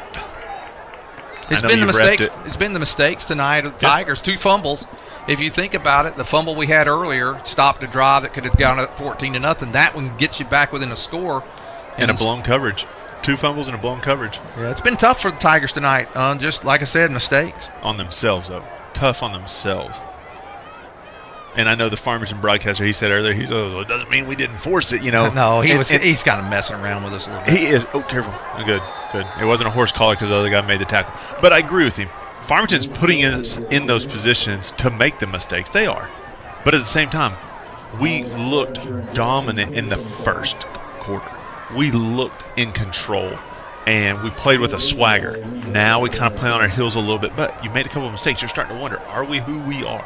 Are we as good as we thought we are? This is that test. So, don't let it define you. Get out there. That's why I said flush it earlier and move on, but we haven't really flushed it very well yet. Second down and 10 for the Cardinals. Ball at their own 19. 1:55 to go here in the third quarter. Trying to get some pressure, and he's got too much speed there for the corner, and they're going to get... No. You can't do the flag on that because he was running down the sideline, straight down the sideline. He didn't choose to go out. That's what I disagree with. He didn't have any inclination that looked like I was going to take the sideline. He was running down the field. That is wrong on that one. They're going to give him the 15, though, Ryan, and that's going to hurt the Tigers. So Tigers have really shot themselves in the foot tonight. No. Okay, there should be a rule somehow. You know how they do the double line right there where it's red and white? They should have to carry that out, and that white is still part of the field. Because like that right there, that is not fair to a defensive player. How do you know he's not going to tiptoe? They did it just a minute ago. How do you know he's not going to tiptoe? If he was running straight out of bounds and that was his approach, that's one thing. That dude's running down the sideline. He's fair game. Farmington has taken control of this game in the second half, and what's happened is you get things like that, and that's going to be a face mask, I think. Oh, they're going to call a hold. It's going to be a hold on Farmington, which we need something to kind of slow them down. Yeah. Maybe that was the makeup call, because I have a hard time with that. That's one of those rules that I struggle with, because you don't want to get a kid hurt, and you don't want a kid to think that they're safe running down the sideline either. So what do you do to make that? Well, I think the thing is that these refs are taught, safety and everything, and so I get it. But they have had a few times tonight where they've tiptoed down the sideline, and you can't. Where was that guy running from? Straight down the sideline for about 5 to 10 yards. There was nowhere in there where it looked like he was just heading out of bounds and giving up on the play. 1st and 18 for the Cardinals. Prairie Grove could use a turnover here, and it's back to pass. He's got time. He's going deep. Oh, man. We had coverage. He had a step on him, but we had guys there. This guy's got 1st and 20, and they spotted the ball at the 46-yard line. So I don't know if they messed that up or what. It's 18 to go, though. I guess they probably did a spot foul, and when they did the 10 yards, it must – yeah. Either that or it's just a Farmington education. The guy don't take a bust on them. I'm not going there. Second down. I will. 2nd down and 18, and Farmington leading 21-8. A minute and 32 to go here in the third quarter. Hodge, and it's going to be kept by Lester. Lester gets good yardage. Kissinger got him down. It's going to be 3rd down, and let's see where they spot it at the 47. So it's 3rd and 11 for Farmington. This is a critical time for Prairie Grove to stop. Well, and luckily the makeup penalty, because I'm going to call it that, got him behind the chains. But you got to do your job now. Another thing that I saw earlier tonight, we were getting a little more pressure and containment on Lester, and now it seems like he's got a little more time. I mean, that's how he scored. That's how they got that touchdown. He had time to scramble, and they're going to take a timeout. Let's take it with them. 57 seconds to go here in the third quarter. Cardinals are up 21-8.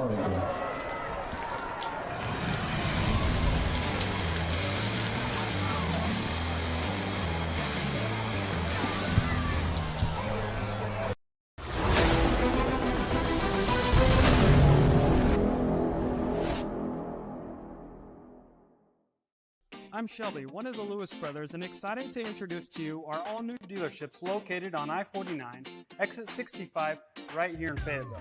The dealership is 100% focused around the customer experience, including our all-new quick lane service department, where there's no appointment necessary for an oil change.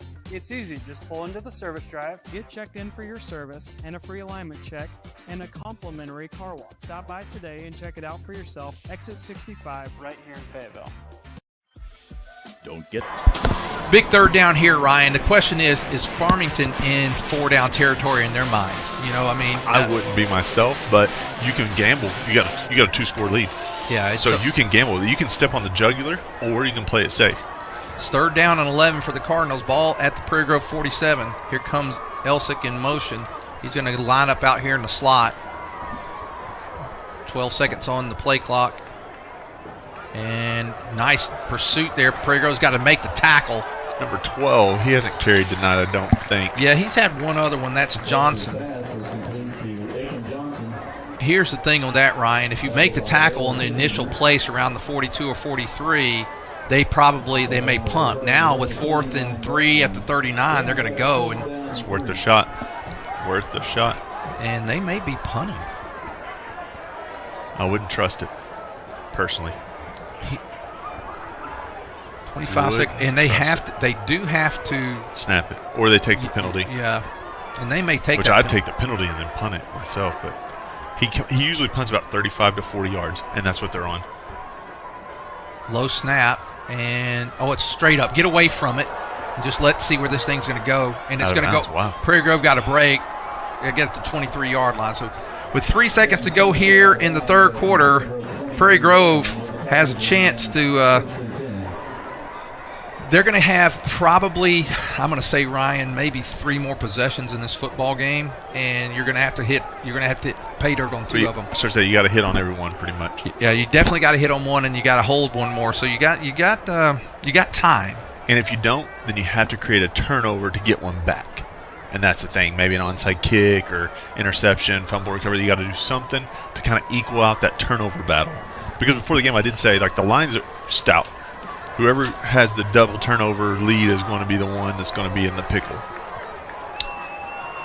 And it's going to be a pass. Absher, he throws. It's just behind Sugg. That's going to be into the quarter. We're going to stay with it here for just a moment, Ryan. I want to make sure we thank our meal sponsor tonight. I want to send a heartfelt thanks to the greatest of these for providing the football team with tonight's pregame meal.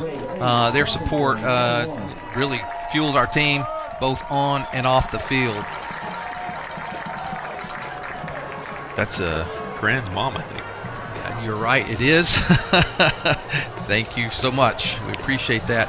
Ryan, as we go into the fourth quarter, the Tigers, I like that play there. He just slightly threw it behind Sugg. And when we say behind, it hit him on his back shoulder. Yeah. It's not that far behind, but he's running full speed. You got a guy behind him in hot pursuit that's right there. So as Absher throws that one, he's got to get it on the other shoulder. He has to.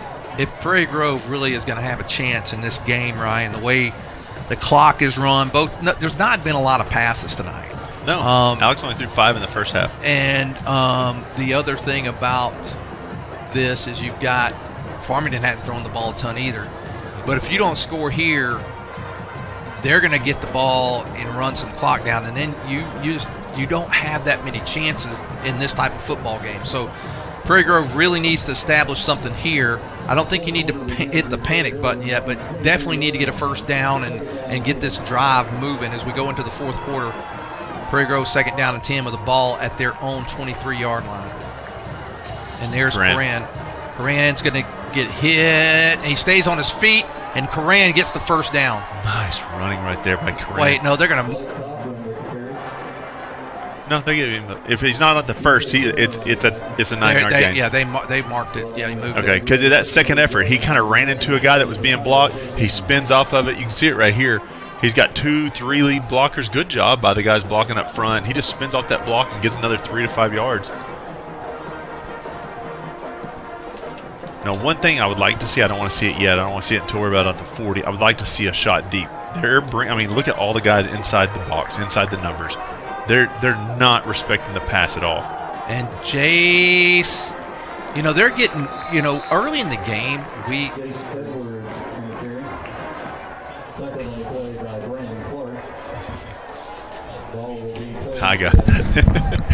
It's funny. The Farmington announcer is calling Blake Coffran.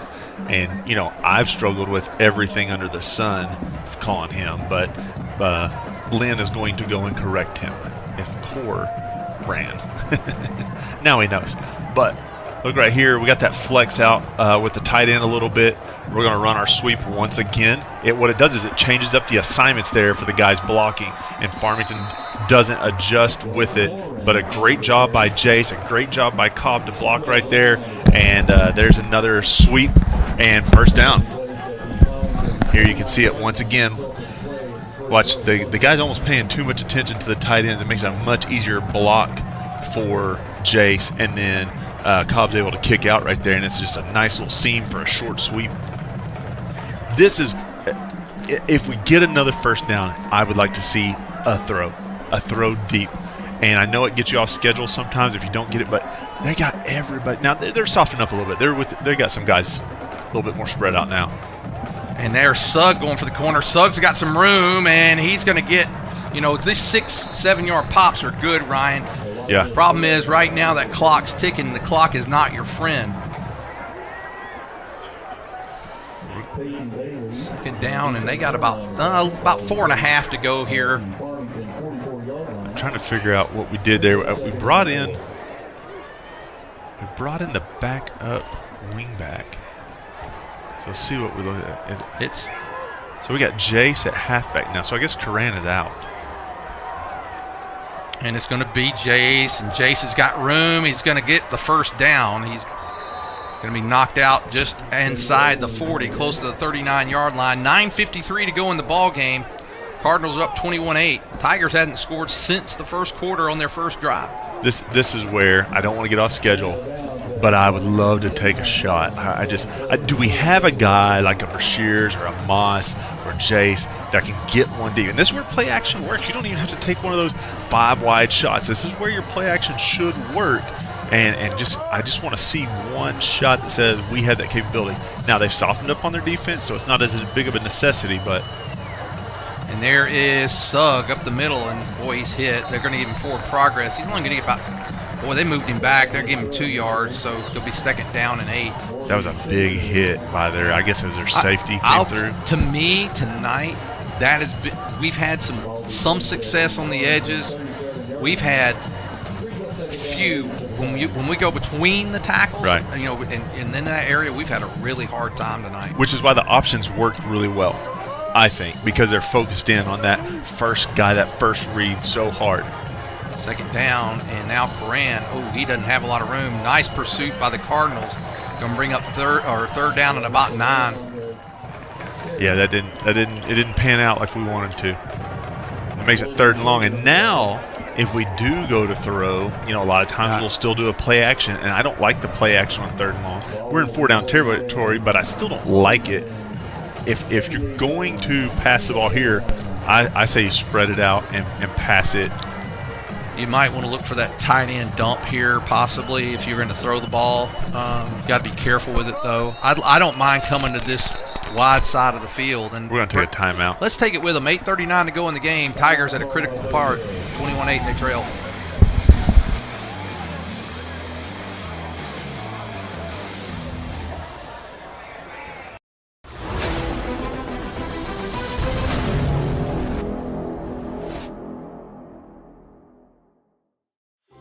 Our Best Bank believes in the power of serving others. That's why we're committed to working with and supporting those who serve our communities. From the ones growing our food to those putting it on everyone's plate. The ones building our neighborhoods, working to improve them, and supporting their neighbors in need. Our Best believes that all communities deserve a financial partner who cares. Our Best Bank, we believe. Are you ready to stop worrying about the reliability of your internet connection? Now everyone in your home can use the same Ozarks Go network. Watch videos, play games, work from home, do schoolwork, and anything else without worrying about lagging and buffering. Ozarks Go now has multi-gig internet service, offering quick download. Okay, we're back with you. Third down and 9 for the Tigers. Ball at the Farmington. It's an empty backfield. They're going to come after Absher here. Absher's going to have to throw. He's got to throw. It's blocked. Incomplete. It's going to be 4th down now for the Tigers. They call it? He's motioning like it was a fumble. They're calling that a fumble. I thought his arm was in motion, but it's going to be 4th down and 9 for Prairie Grove. Or are they going to make it 4th and 8? They called that a fumble. I'm surprised. Wow. Yeah. I thought his arm was in motion. But 4th down, and this is probably, I don't want to say it's the game, Ryan, but boy, it's he's going to stop the clock, the White Hat did.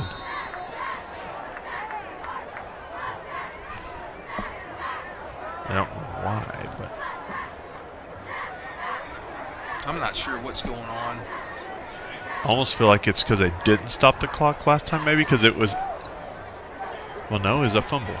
So it's like a running play. I'm surprised. It looked like to me his arm was in motion. Now, if it went as he was going back, if the guy tipped it, I don't know if we have that on the replay or not. They're showing it on the big board. It's hard to tell. Kind of goes outside of the window there. They're going to leave. Let's see if they're going to reset the clock.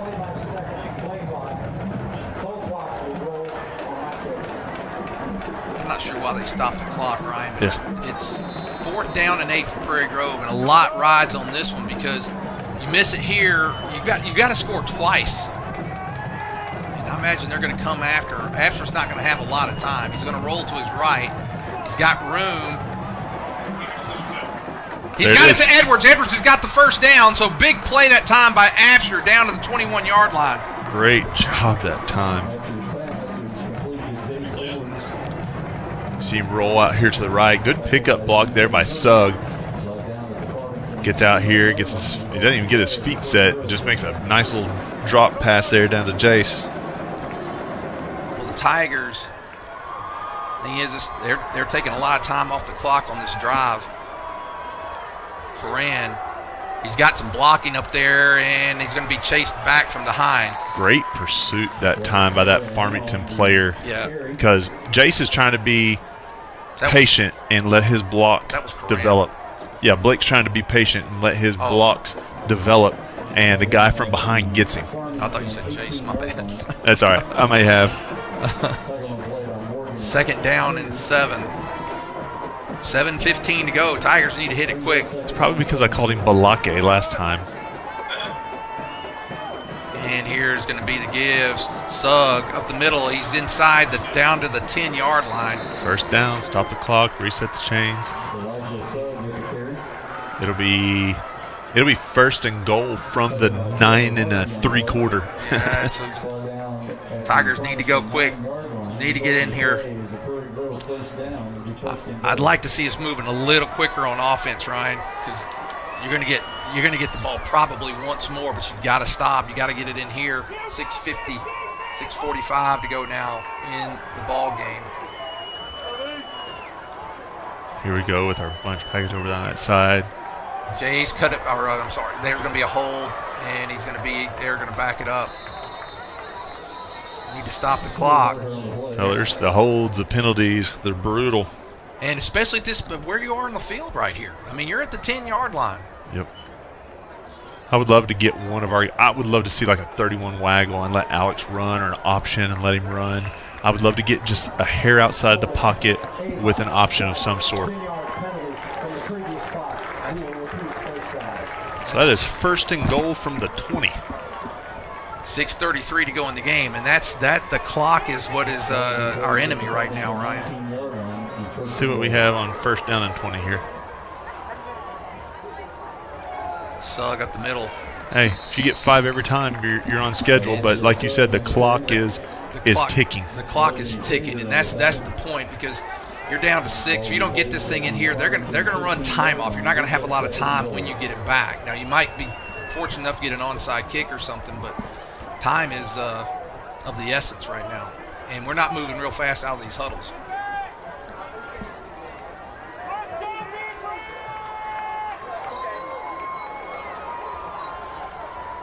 Absher to throw. It's picked off, and he may go all the way. That's going to do it. Unless Jace can catch him. Jace's pretty dang fast. Got him. I mean, that's not what you want to have to do, but you got him. Good play that time. And that's probably going to seal the game there for the Cardinals. Well, the name of this game was missed opportunities by turnovers. Yeah, it's big. You got to see on that. That's your 3rd one. 3 turnovers in the game today, and you said it earlier. Whoever had the turnover battle by 2 would probably win this game, and they got the ball at the Prairie Grove 15 with 5:41. Now they're in field goal range, which would make still a 2-score game. They get it in the end zone here, and you're 3 down. That's going to do it. That was about a 6-minute drive right there, and to get nothing from it. We've been inside the 20 here in the second half twice and have come up with nothing. Yeah. And credit Farmington's defense for that as well. I mean, we shot ourselves in the foot a little bit too, but Farmington's defense has done what they needed to. Penalties and turnovers have been a big difference. And they're going to give it. And nice run. That's Heffelder. And Heffelder is going to get 7 on the play. Baylor Kissinger on the tackle that time. 5:22 to go in the ball game. Boy, they flipped the field with that play. Yeah, that was about that's a 80-yard turnaround. Yeah. Which, hey, yeah. Our guy did beat him in the 100-yard dash, but that's not the way you want to do it. I'd rather you beat him when you're carrying that ball. Need a turnover here or something, and it's Hodge, and Hodge is going to move forward. He's going to get the 1st down. So now they've got 1st and goal from the 5, so they've got to go. I think they're going to give him the 1st, are they?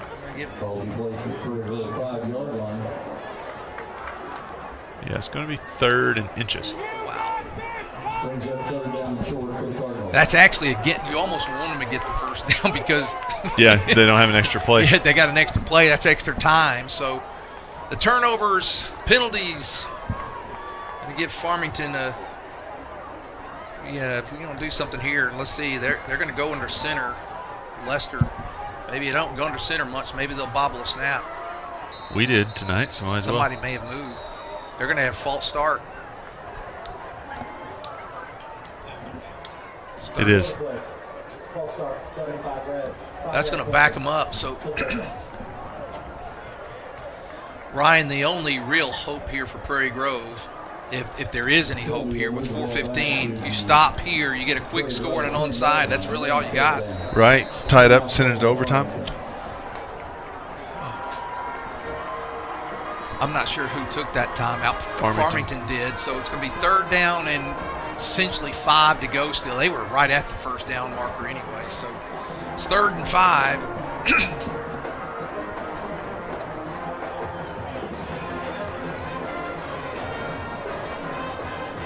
Watching the little Catoosa Indians over here. Next week.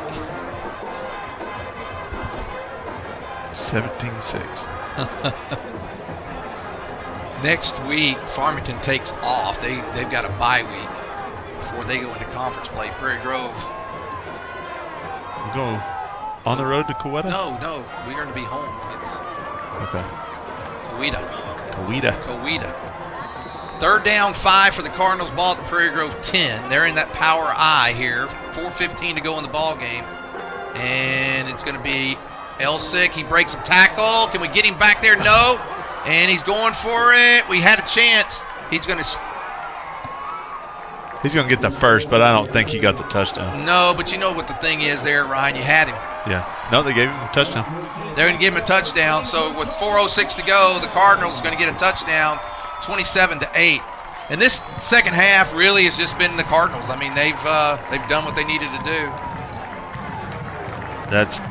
Really, since the end of the first quarter has been all Farmington. But I feel like we aided them so much in that second quarter that you could almost call that a tie. But, we did aid them a lot there.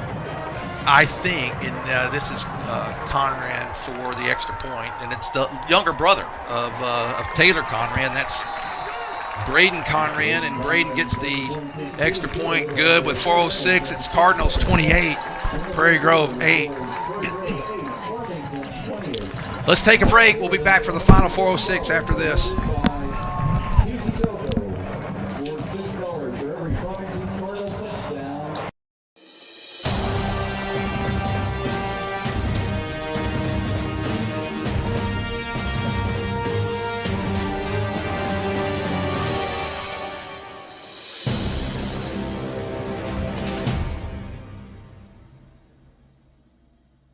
My story isn't that different from a lot of people that grew up in a small town.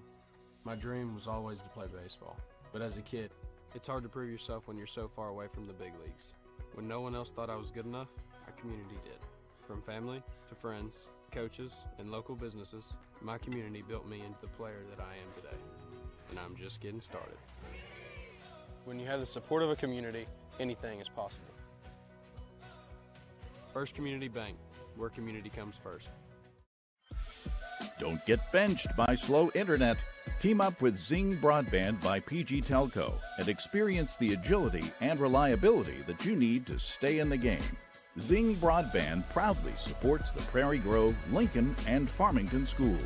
We wish all of our athletes success. Ryan, I think the biggest surprise tonight is just this game is a much closer game than the score, and it's kind of a it's a tough way tonight to kind of lose this thing. You got up 8-0. You kind of were in control of the game. We were in control of the game early, going for a chance to go up 14-0. When we had that turnover, it's not been the same since. No, it hasn't, because the next possession we had a turnover on downs. So we've had 2 possessions right there at the end of the first half that we came up empty. and they were able to turn it into 8 points. Then they got the ball back in the second half, and it was like a whole other ball game. It was almost like our heads were down. But here's the deal. You played two teams that didn't test you in the way that you wanted. Well, yeah. Well, the first game, it wasn't a game. It was a scrimmage. I mean, right. You know, so you weren't tested. You played everybody. You didn't really get ready with the games that were before this for this.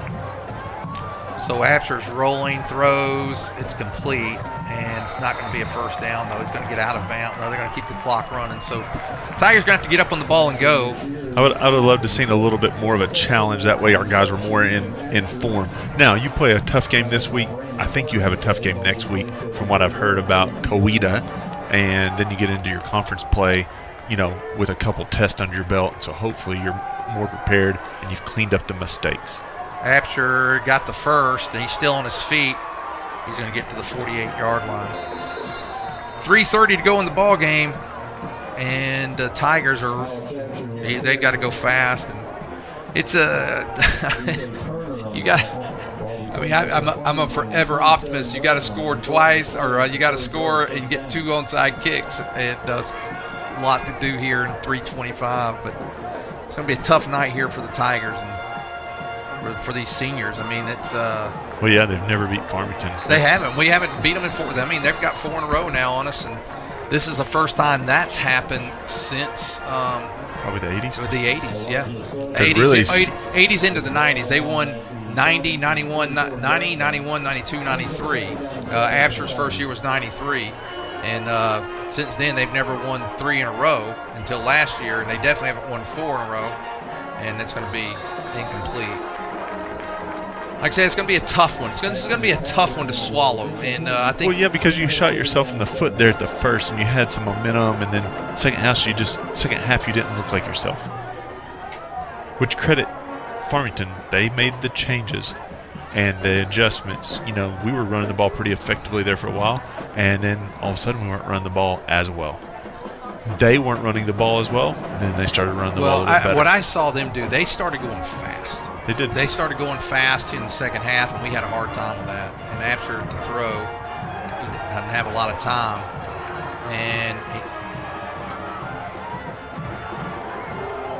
And another pick. That was all we could do, though.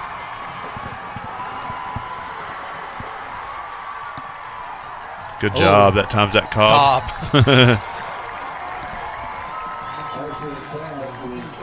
That's the 4th turnover of the game, I believe, isn't it, Ryan? Yeah, I don't really count that one as much, but. Well, Ryan, I never did ask you the question tonight. I got sidetracked. Well, we got about 2.5 minutes. Go ahead. Well, the question is, this is the first time since which year that this wasn't the first or last game for one of these teams? Do you know the last time that it wasn't the first or last game for at least one of these teams? I don't, because when I was in school, it was always the last game. And then when we went to the other conference, it was always the first game. So, yeah, no, I have no idea. It was before me, I feel like. Actually, I'll give you one hint. What is the date today? The 13th. September 13th. So right. 2013 would have been the year. Okay. The last time it wasn't the first game because they were in conference at that time, and that's the last time we were in conference together. And then whenever they came back to the conference, they put it at the end of the year. So it was about the 4th or 5th game of the season back then. I forget exactly which one. In 01, it was always the end of the year. So here you go. Here's the next one. Who scored the touchdown, the first touchdown of the game? In 13. Would that have been Clement? No. 13. I'm trying to think of who it was. I was out of school at that point. I was teaching there. Who would that have been? Man. Sainer's already gone. Older Sainer. I'll tell you who the quarterback was. That'll help you a little bit. Well, Storley was a quarterback. Oh. Well, I don't know. I have no idea. Bobby Cat. I was like, who? He would have been a sophomore that year. That was his junior year. Okay. Yeah. His junior year, he scored the first touchdown in the Battle of Highway 62, and the Battle of Highway 62 is going to go back to Farmington again. Was that the one in Farmington where Storley ran all over the place? We beat him pretty bad that night. Yeah. I remember him pointing at the Farmington players as he ran the option. I will tell you another thing, Ryan, about this. And they, oh, man. The thing about this tonight, Ryan, is Farmington went from 2001 to 2014, 13 years without beating Prairie Grove by double digits. Since then, they did it in 15, they did it in 19, and they did it in 21 and last year, and they're going to do it again tonight. So where we now, really since that change, the difference in that change is Farmington has been a bigger school against tougher competition. Yeah, it really has been. Now, we joined them for 2 years, but it really has changed the rivalry a little bit because we're not competing all year and looking at each other all year. It does look like Coach Tice is going to take a knee, and I'm kind of glad to see that in a way. I mean, him and Coach Absher go way back. Now their series will be tied at 5 or at 2-1. They've had 5 games. But that's going to do it for Farmington tonight. Let's congratulate the Cardinals on their victory. They're going to win 28-8, and I just feel like it was a much closer game. It was, and it got away really fast. Yeah. Because once they started doing the hurry up, it did change things, and then we turned it over, and then we turned it over, and then we turned it over. So, our second half, punt, fumble, interception. Yeah, it's been a tough night for the Tigers, and like I said, the penalties, and Farmington's going to win the 4th one in a row. Now Prairie Grove's done that a few times, but it's been like I said, the early 90s since the Cardinals have. But now they're going to go up 35-30 in the rivalry, and they've won now, Ryan. They have won 6 of the last 7. That's brutal. That's going to do it. The final score. And when did they move to the? They moved 5? in 2014. Wait, yeah. So that's 10 years. Yeah. So in the last 10 years, they've had probably their best record here. Yeah. So like you're saying, the last 7 years they're 6-1, right? Yeah. So that's it. It lines up. It lines up there. Well, that's going to do it for tonight, and for the Ryan, any final thoughts tonight? What Prairie Grove's got to look at is they've got to put this behind them, because they've got they really do have the things to look forward to is the conference play. I don't see the Tigers really. I don't see them really. Which our camera needs to go over to the. I don't know if he's going to go over there or not. Over to the trophy there. They're giving the Lynn Gregson Battle of Highway 62 trophy there, and so Farmington's had it the whole time. Yeah, since the trophy came into play, this is the 3rd year of it. I mean, they the rivalry dates back to 1959. But tonight, the Cardinals are going to take that trophy again. And it's going to be a tough one for the Tigers, and you can see it in their body motions as they go across the field here. Ryan, I don't know if he's going to go down on that camera or not. He's not. I don't think he is. And we definitely probably won't be able to. I don't know if we'll be able to pick up sound. I don't know enough about this stuff to get it figured out either. But Ryan, before we go, because we're gonna close this thing out. Before we go tonight, there he goes. Looks like he's gonna get down there to it. No, he's looking at the Tigers. Hey man, it is our broadcast, but you can throw it on. They earned it. Yeah, he's got it. Well, it looks like that's gonna do it for tonight. So like you said, for the Tigers, what you got to do is say, hey, we beat ourselves. You got to go back to the drawing board, figure out what the mistakes were, why they happened, how do we fix them, how do we clean them up, and then you don't let this week beat you next week. Because if you're still down next week and you don't bring it, then you go into a conference on a 2-0 or an 0-2 slide, and you're questioning who you are. So let's get back to who we are, and let's play some tough football next week. All right. Well, for Ryan Cook.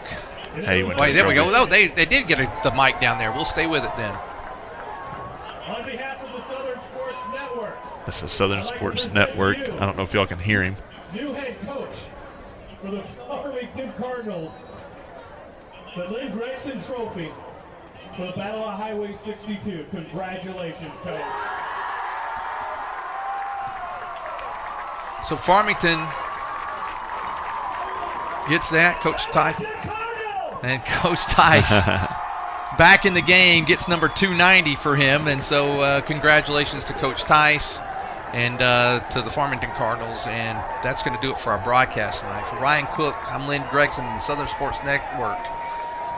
Final score, Cardinals 28, Prairie Grove 8. Have a great night, and go Tigers!